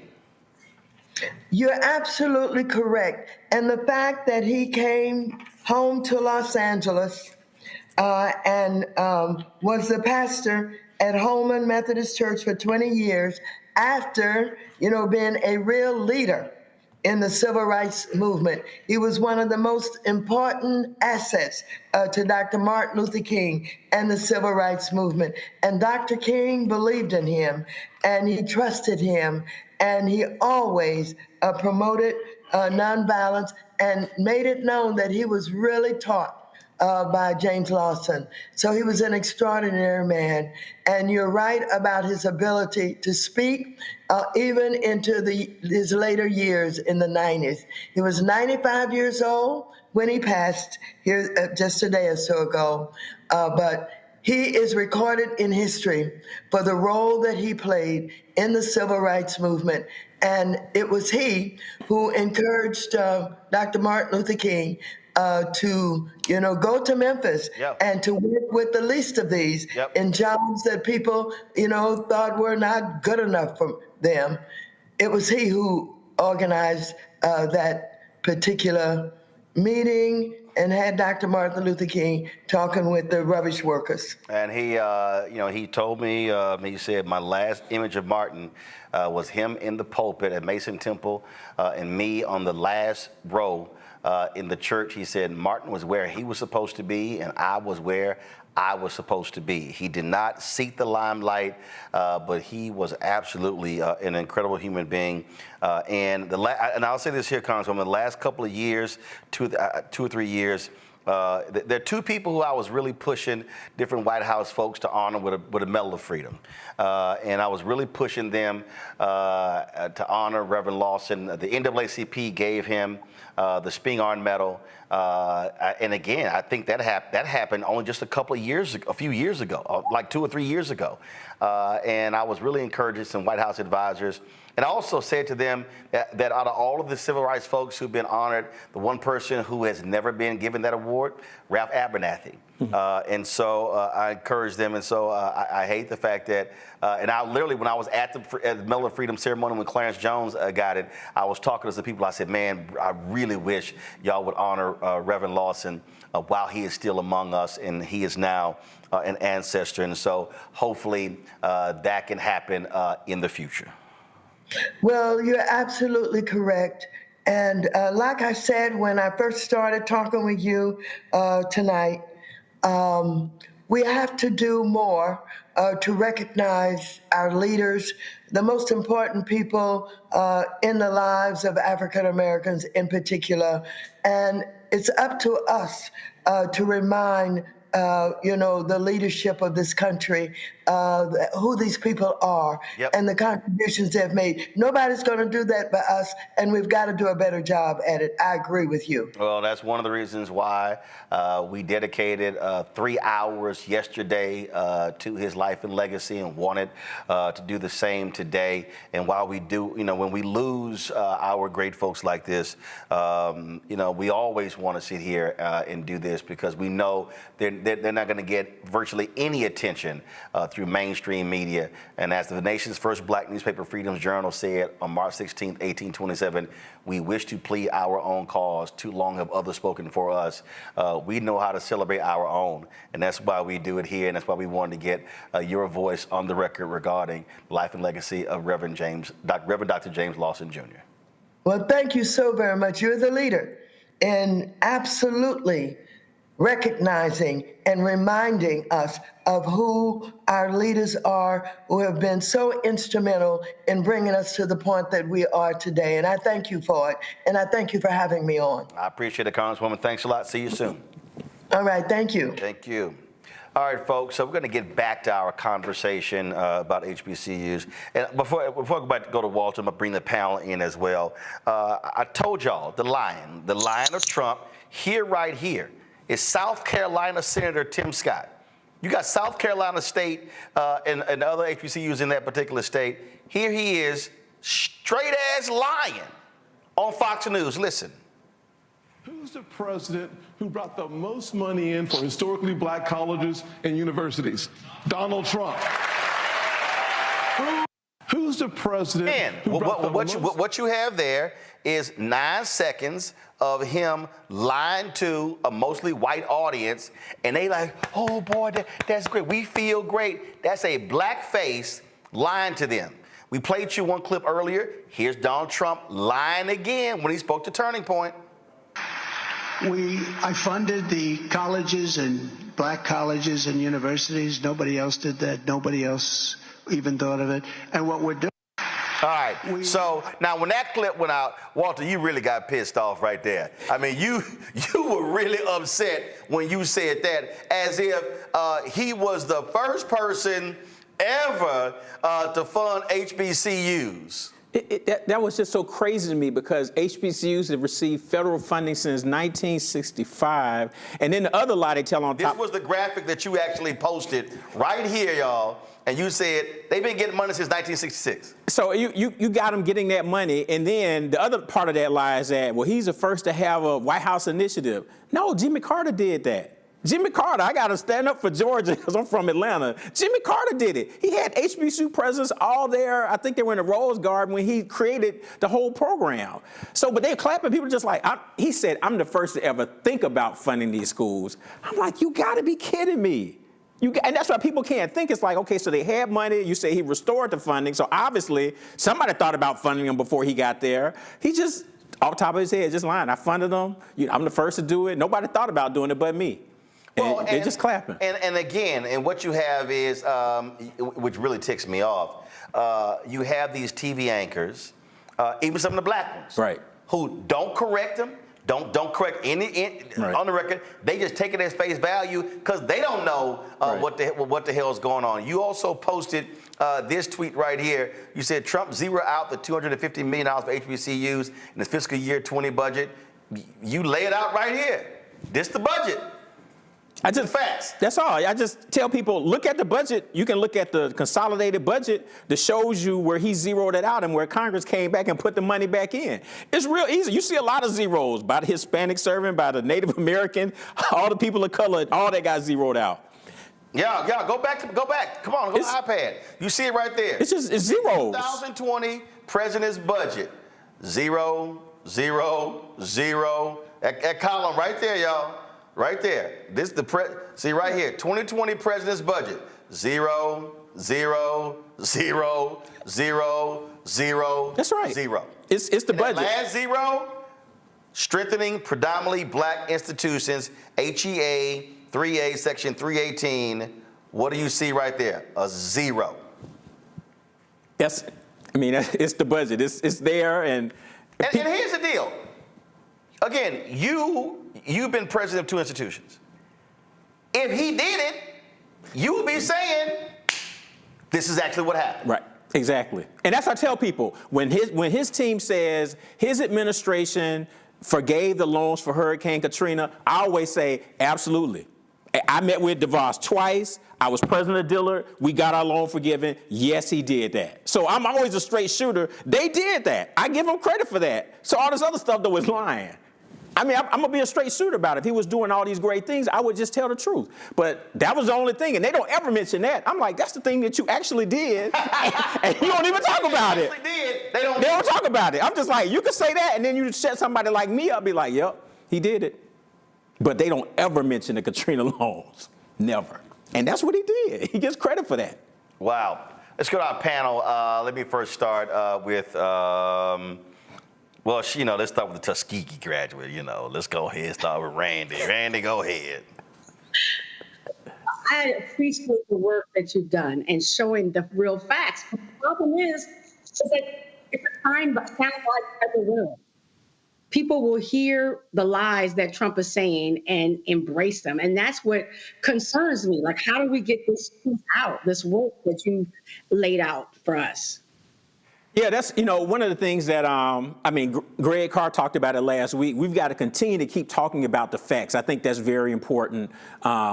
And we just do it over and over again because people, they aren't understanding it. And we have to hit it from multiple levels to keep doing things like that. Right, exactly. Because that's all he's doing. He's saying the same thing over and over again. So I'm going to keep saying the same thing over again. And there are going to be some people that drank the Kool-Aid, and no matter what Trump says, they're going to do it. But I've even found on social media, there are folks where I can show that table and show them the zeros. And I've had people say, oh, I guess I've been misinformed. So, it's probably half and half. There are going to be some that are just idiots, and they're not going to do anything differently. But there are some people who are just like, yeah, I think I better leave this one alone because I really don't know what I'm talking about. So we have to be, like I said, people say he's not message disciplined, but on black people, he has those 4 points. And he mentions them all over again. He can't tell you anything about an opportunity zone. I haven't met anybody who's benefited from an opportunity zone, but he's going to keep saying it. First of all, you can't even find any data. Nope. But before Trump got ousted, I literally reached out to the White House and I said, matter of fact, let me find the email. Because I sent them the email and I said, can y'all provide for me? And again, if they did it, I would have said it. Yep. I said, can y'all provide for me any information, any data regarding opportunity zones? And nobody ever got back with me. Yeah. No, and I've looked for things. There's some research that's been done, but it talks about, are they opportunity zones or gentrification zones? And that's the concern, that they're going to go in some of these communities and build them up, and then black folks won't be able to work there or live there. And that's what's going to happen. So I'm ready to see the research on opportunity zones because some of the things I've seen so far are pretty negative. But he just keeps saying it. People just like, oh. And when you watch him on social media, they'll just say opportunity zones, criminal justice reform, funded HBCUs. They have no idea what any of that means. And in fact, if you want to understand the lies and how the lies are told, this here is a piece that was done in the Hill newspaper. Look at the date, April 28, 2020. While Congress awards Harvard million, Trump moves to bolster historically black colleges. And so he sits there and he's all smiling, signing the executive order. And in this particular piece here, it's talking about exactly, and so this guy's writing all these different things, what's going on and what they're doing. And what you have here, again, blackface Negro, Richard Johnson, director of the Texas Public Policy Foundation's Booker T. Washington Initiative. Okay, I ain't never heard of him. I don't even know who he is. But again, I want y'all to see this article. So he goes in the article and then talked about the CARES Act, what that included for HBCUs. He graduated in Wiley College. I never forget, blah, blah, blah. Okay. Betsy DeVos, to her credit, I want you to understand the lies. He writes, as Newsweek reported, U.S. Education Secretary Betsy DeVos expressed concern that stimulus funds were going to schools with large endowments, and she asked schools that didn't need the money to send it along to schools that did. First of all, ain't no school with a big-ass endowment just gonna send the money to some other small school. Stop it. Secretary DeVos gets it, and it is to her credit that she has taken this strong stand on behalf of our HBCUs. They didn't send no damn money to them smaller schools by saying, I know our endowment is $50 billion. Right. We'll go ahead and send y'all this money. And then he goes in here, as mentioned, what drove Harvard's about face with President Trump's comments at a press conference, blah, blah, blah, blah. Thus, there is reason for optimism that our valued HBCUs will continue to have the resources they need to support the invaluable national service they provide. There's nothing in this whole article that is a substantive fact, a number or whatever, but the headline is all they wanted. Yep. Trump moves to bolster historically black colleges. This is propaganda. Yep, and it's a straight lie because, like I said, I looked at his budgets for those three largest Department of Education programs. He proposed over $100 million in cuts. Carol, do this here. I want you to find this dude, this Richard Johnson. Book his ass on the show. I want him to come on the show and defend this article 4 years later. That's crazy. Mustafa? Yeah, well, Doc, thank you for all the work that you have done and continue to do. I think it's interesting that we continue to have this conversation about Donald Trump when we know when he was in office, he lied over 30,000 times. So if somebody lies to you 30,000 times in a 4-year period, I'm not sure how you trust them. My question to you is, we have the Biden administration now. I think the last number I saw was about $15 billion in various programs that are supposed to be going to HBCUs. We have this conversation about Donald Trump and the zeroing out of budgets. Could you share for folks sort of a side-by-side with the two different candidates who are probably going to end up being, one of them will be the next president.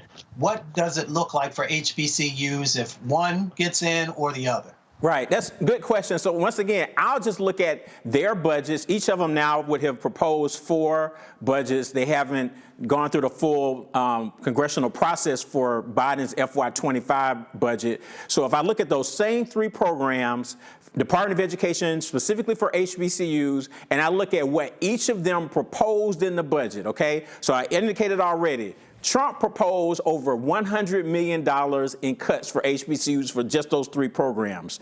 Biden in 4 years has proposed $352 million for HBCUs.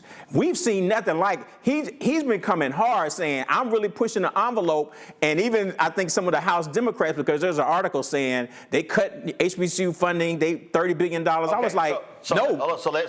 He was trying to get new money. Right. He was pushing for that. First of all, let me deal with that, because again, this is what happens when lies are told. Well, that was a Newsweek article, and I was trying to find the cover, and what happened was, again, Negroes immediately believing white media, sent that damn thing around. I saw folk posting it on their social media, and there were several, I'm talking about black activists, pastors, and others, and there were several people, I hit their ass, I said, take that shit down.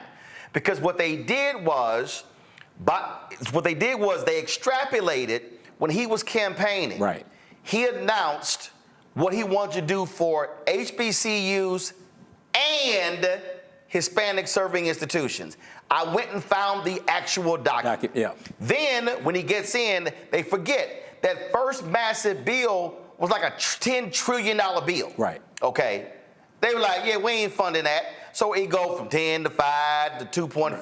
That sucker just start going down. I mean, it was like 10. It was a huge number. Yeah. Okay. It started going down. So some stuff get cut in the bill. All right. And so then you eventually get the bill. The bill never even got passed. Right. Then it got reworked as well.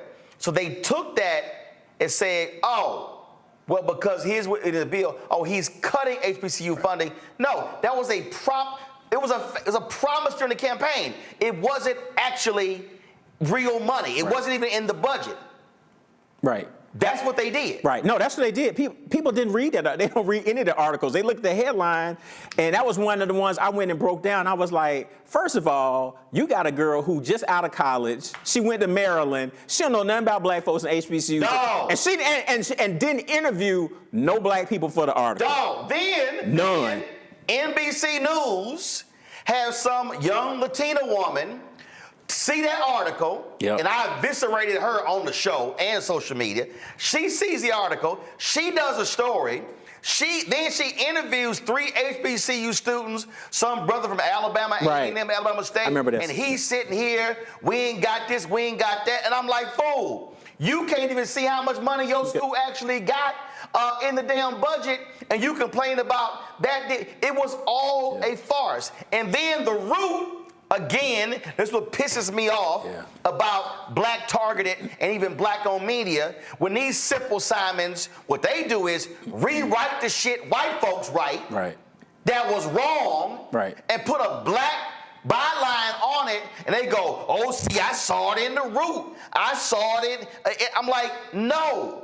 I'm like, nobody thought to pick the phone up and call? No. Because they just rewrite the stuff and see the headline and just aggregate the news content, and the lie just keeps jumping. And it went from Newsweek to Associated Press to the root. That lie just kept jumping. Yeah. No, that's what happened. So, Brother Ali, that's the deal.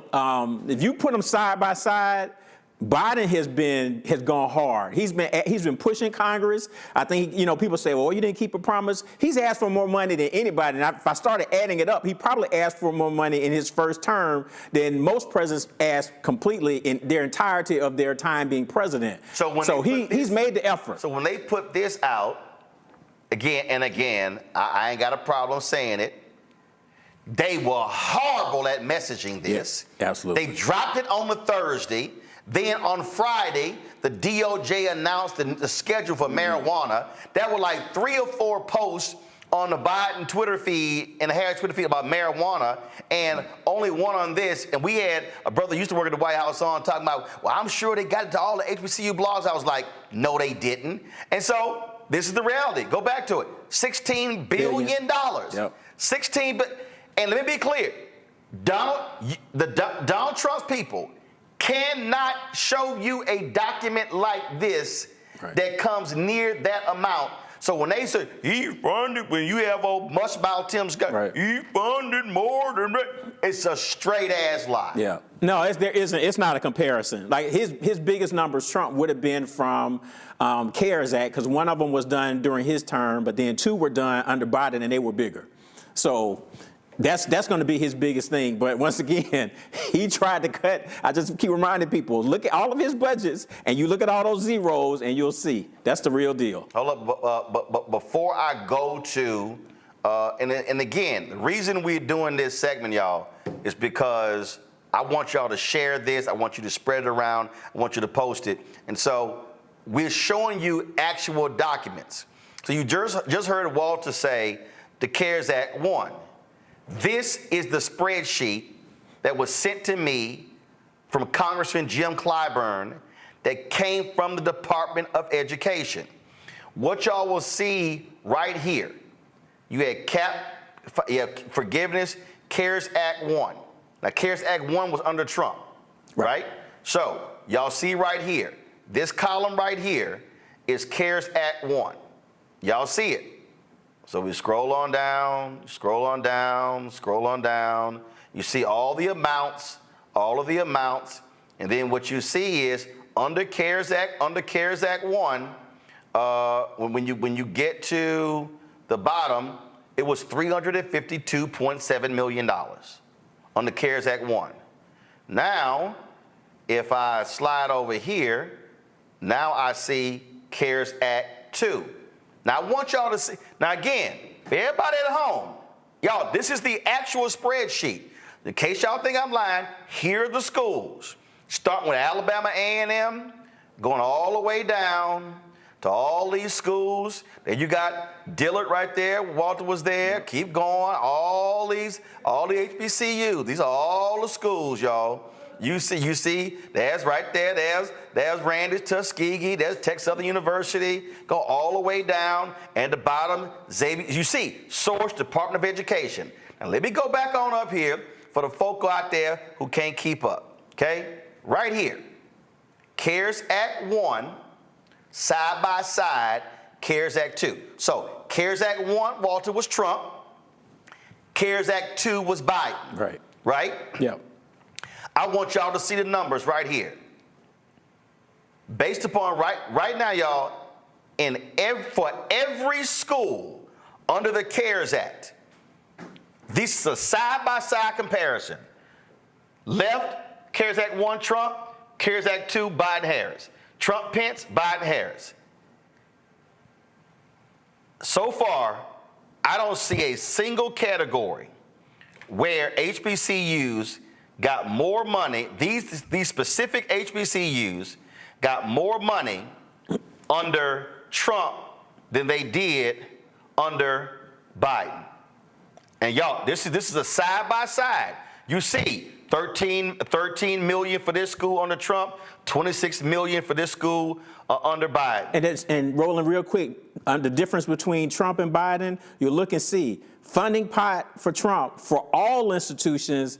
This is the money so it's more money, and it's just for HBCUs and MSIs. So on the CARES Act, that first one is everybody all in there. So our amount that that's what we got out of that. That was out of the broader pot. So now they pull that pot out a little bit, and you can see the money. So the difference really stands out because they're letting you know this is exactly what we did for your institutions. It's much more money, but they're making that highlight, which is good in that document, to say we separate this out to show you this is what we did specifically. So right here, $352.7 million under Trump, $575.5 million under Biden. So even if you just take that category, Tim Scott and Donald Trump are lying. Right.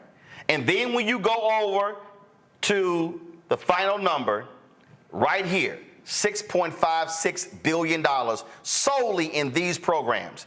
And these programs here, and this is the stuff y'all Newsweek didn't bother to go get. You see CAP forgiveness, CARES Act 1, CARES Act 2, CRRSA Act 1, CRRSA Act 2, American Rescue Plan Act 1, American Rescue Plan Act 2, and then the totals. And just so y'all see, so that first, you see right over here, y'all, Alabama A&M, you see that number right there? They got $207 million. The next Alabama school, $232 million. You keep going down. You see how much the schools got. You see what they got. Who is that? Got 300 and Florida A&M. All y'all Rattlers got $307.2 million. You keep going down, 184, 112. But here's also something before I go to Joe. I got to show y'all this here because here's something else that I think is really important that jumps out that folk don't want to deal with. This right here, y'all. In this graphic right here, they show state appropriations. So go to my iPad. So you see right here, fiscal year 2020, Alabama A&M got $46.7 million from Alabama. Then you got Alabama State got 49 million. I'm just going to use those two, 46 and 49 million.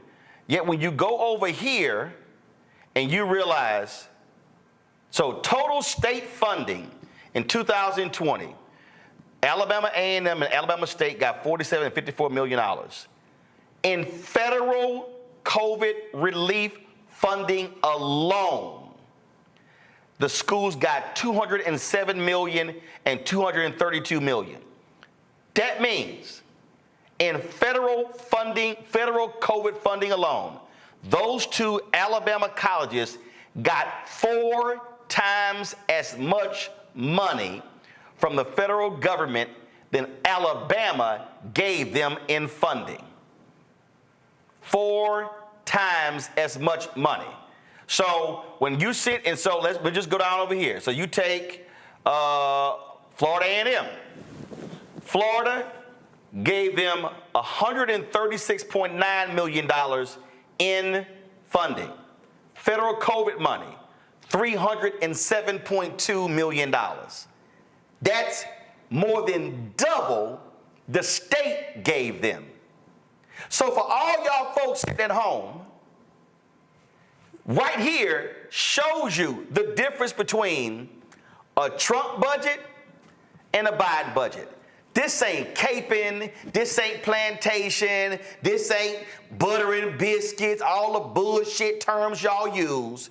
This is hardcore data that shows you apples to apples, oranges to oranges, for some of y'all chitlins to chitlins.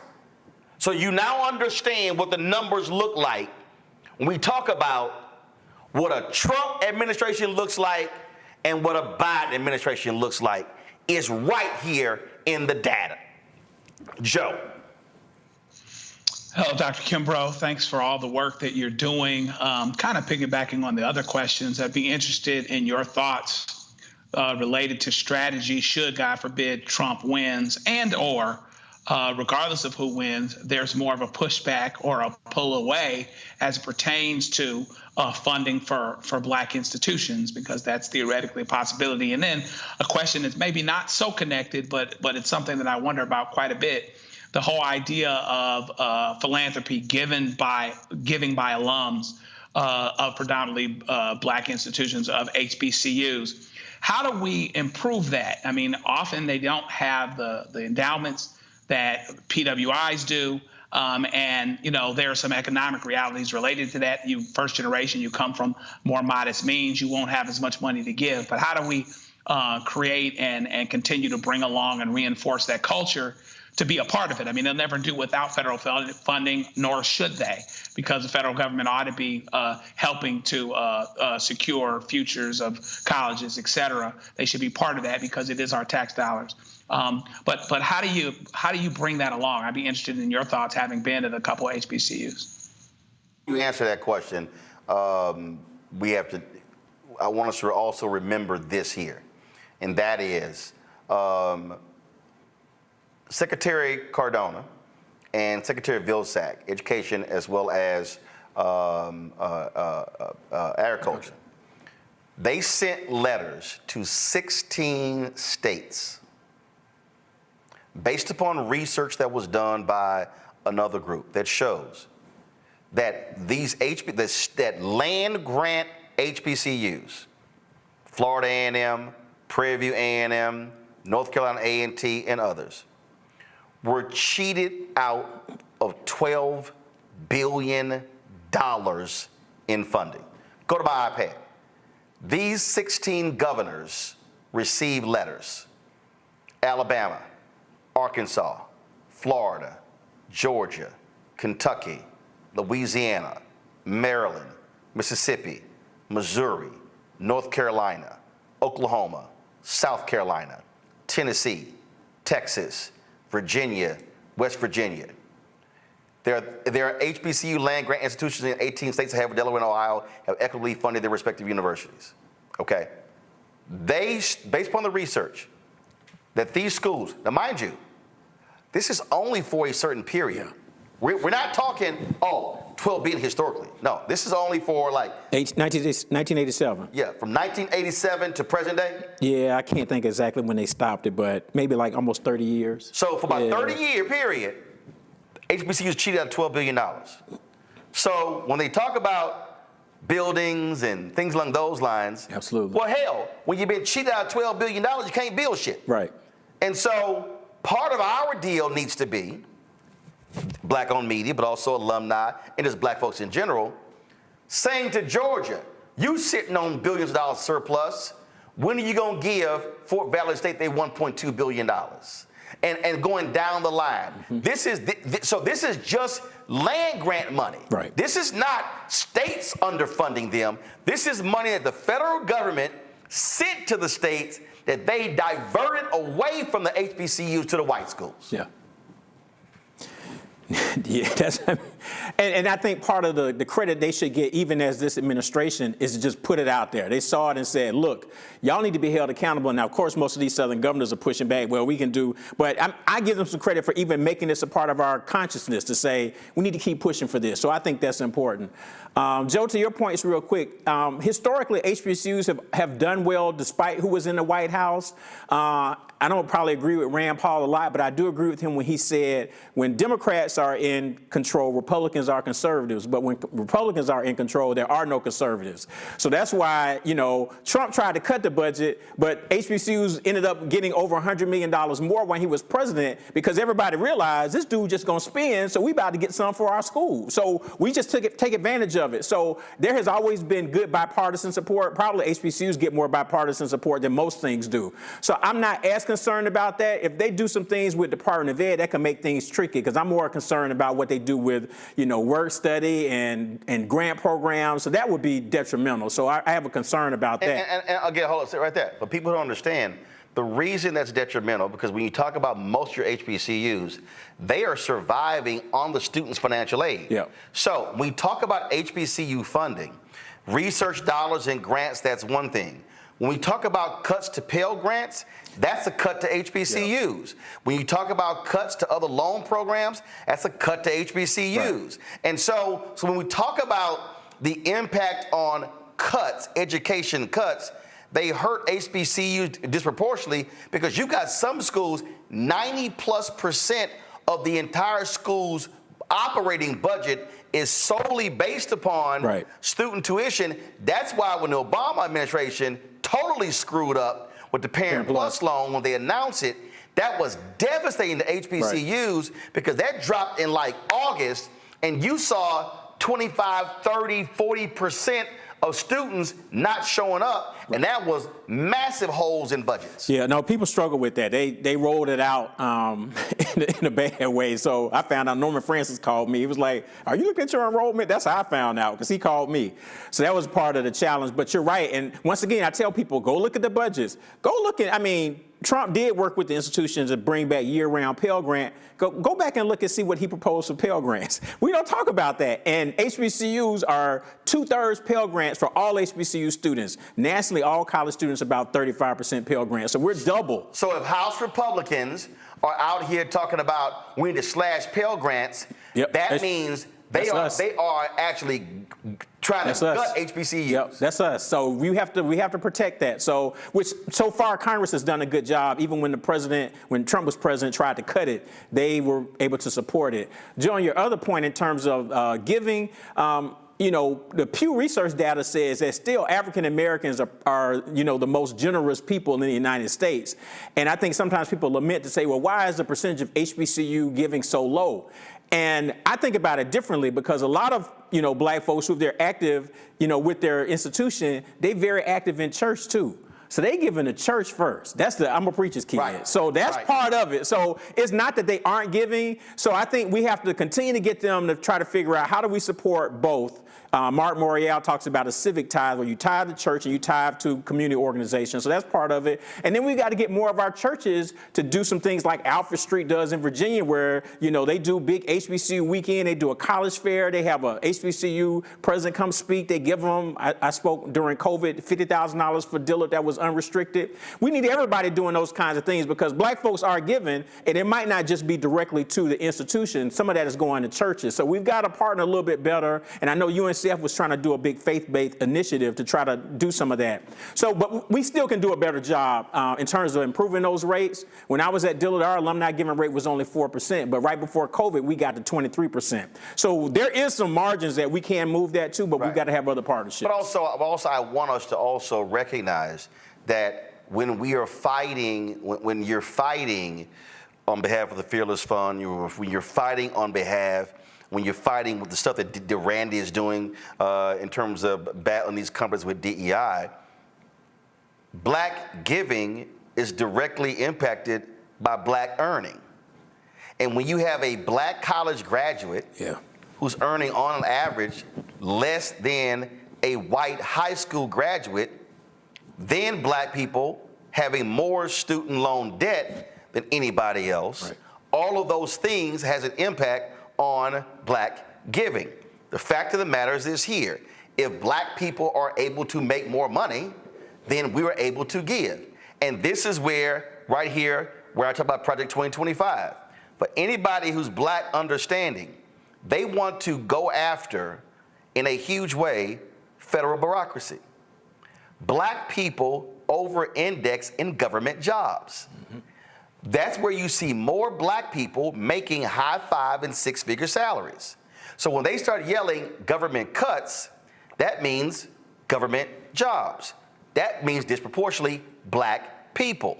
So that means it's gonna be less giving. So we have to understand, and I'm all, look, of all HBCUs, I've been to 58 of them. And I've done 19 commencements, I think I did 19 commencements, 19 or 20. And I'm always talking about how we have to give. And my point is this here. If it's going from 4 to 23%, I'm saying I don't care if you can only send $5. Send it. Send it, There's no excuse. So a HBCU should have 100% giving, because even if you just send in $1, you sending $1 is better than you sending nothing. But we also have to understand the battle is to be fighting for higher wages, $15 an hour, all of those things, because that also directly impacts our ability to be able to give to our institutions. And even if we didn't attend one, it allows for us to be able to also be able to write those checks and be philanthropic for that. I'll say this. I believe, Walter, final point here is, and I understand the role that they play. I understand it's very delicate. But this is also where, as far as I'm concerned, UNCF, Thurgood Marshall, NAFIO, and any organization out there that is as an advocate of HBCUs should be putting out their own fact sheets. And again, this is not them taking sides. But they should say, this is what we got under Obama. This is what Trump was proposing and what we got. And this is what we got under Biden-Harris. So the broader HBCU community has the facts coming from those organizations. That also has to happen. Yeah, no, I agree. And then you can use those numbers, like particularly with what Biden has proposed, you can start to use that as your new floor and build off of that. So you can see how things have done differently to say, but this is what we got before, and now to this guy's coming in and proposed a lot of things. So we can build on that. So I agree. It doesn't, like you said, it's just presenting the facts to say this is so people understand how funding works. That's important for them to know. And then to advocate to say, no matter who's elected, locally, federally, we need to make sure that they take our interests as a part of their job. So, but they need the facts. So I agree. Absolutely. Dr. Walter Kimbrough, Fred, I appreciate it, man. Thanks a lot. Anytime. Thank you. All right, folks. Listen, we are out of time. I was going to, of course, show you the video from Warwick Dunn's golf tournament. I will do that tomorrow. I also deal with Caitlin Clark tomorrow as well. So, but I just thought this subject was really critically important. And we're going to be doing more of this because here's the piece. I don't have time for a lot of the BS that I see happening out here. I'm seeing a bunch of crap on social media, on Instagram, on TikTok, all those other different places, where you have no data, no information, but you got emotion. And we're all about showing you exactly, here are the facts. Now, when you have these fools out there who like, oh man, you caping for so-and-so or whatever, I don't give a damn what y'all say, but the facts are the facts. And the reality is, we're going to advocate for black people. We're going to advocate for policies that have a positive impact on black people. Now, if most of those policies are lining up with Biden-Harris, so be it. The Republicans have all the opportunity in the world to do right. Trump, all this little chat, show me his HBCU proposal. Doesn't exist. Don't bring that little BS platinum plan he put out there, which was atrocious, like his damn tennis shoes. Okay? But we have got to be operating in facts, and we have got to be understanding who is doing what, because then you begin to vote accordingly. I don't agree with anybody on everything. I've been kicking Biden-Harris administration on several issues, but I will say this here, and same thing for Republicans. If you are doing right, we gonna say it. But if you start lying about what you're doing, we gonna cut you as well. Just so you know how we roll. Mustafa, Randy, Joe, I appreciate y'all being on today's panel. Thank you so very much. Folks, that is it for us. When you support this show and this network, this is the kind of work that you're supporting. The ability for us to be able to have these conversations, broadcast this stuff, push this out, because the bottom line is we've got to be able to deal with the massive misinformation that is being kicked to black people every single day. They want us saying wrong, ignorant stuff that's based upon lies. And so we're not going to have any of that. And so please support us in what we do. Join our Bring the Funk fan club. Send your check-in money order, P.O. Box 57196, Washington, D.C. 2003-7-0196. Cash App, $RM Unfiltered, PayPal, R Martin Unfiltered. Venmo is RM Unfiltered. Zelle, Roland at RolandSMartin.com, Roland at RolandMartinUnfiltered.com. Download the Black Star Network app, Apple phone, Android phone, Apple TV, Android TV, Roku, Amazon Fire TV, Xbox One, Samsung Smart TV. And I want y'all to get a copy of my book, White Fear, How the Browning of America is Making White Folks Lose Their Minds. And let me do this here real quick here, y'all. Give me 1 second so I can load this up. So I'm getting off the plane. I was in Atlanta, and I'm flying back into D.C., and I get off the plane, and as I'm walking off the plane, this brother is sitting there, he's reading this book, and he is like really, really, really into this book. So I'm walking by, so I see the cover. I said, oh, damn, that's my book. So I walk up to him, I said, excuse me, would you like for me to sign that? And he was like, oh my God, so he jumps up, gets a pen. So his name is Pierre, and I posted this on my Instagram page, and he responded to it as well, so I personally autographed his book. So I appreciate him buying. I appreciate all of y'all buying the book as well. And so, look, I've done this for other people. I've seen them, and people have come to my speeches, brought their own copies or whatever. And so be sure to get a copy of my book, White Fear, How the Browning of America is Making White Folks Lose Their Minds. If you want to understand Project 2025, you want to understand Ed Bloom going after Fearless Fund, if you want to understand a lot of these policies, White Fear breaks it down. And I dropped it September 2022. I told y'all this stuff was going down. So be sure to get a copy of that book. All right, y'all. See y'all tomorrow. Holla! Black Star Network is here. Oh, no punch! I'm real revolutionary right now. Thank you for being the voice of Black America. All the momentum we have now, we have to keep this going. The video looks phenomenal. See, there's a difference between Black Star Network and black-owned media and something like CNN. You can't be black-owned media and be scared. It's time to be smart. Bring your eyeballs home. You dig?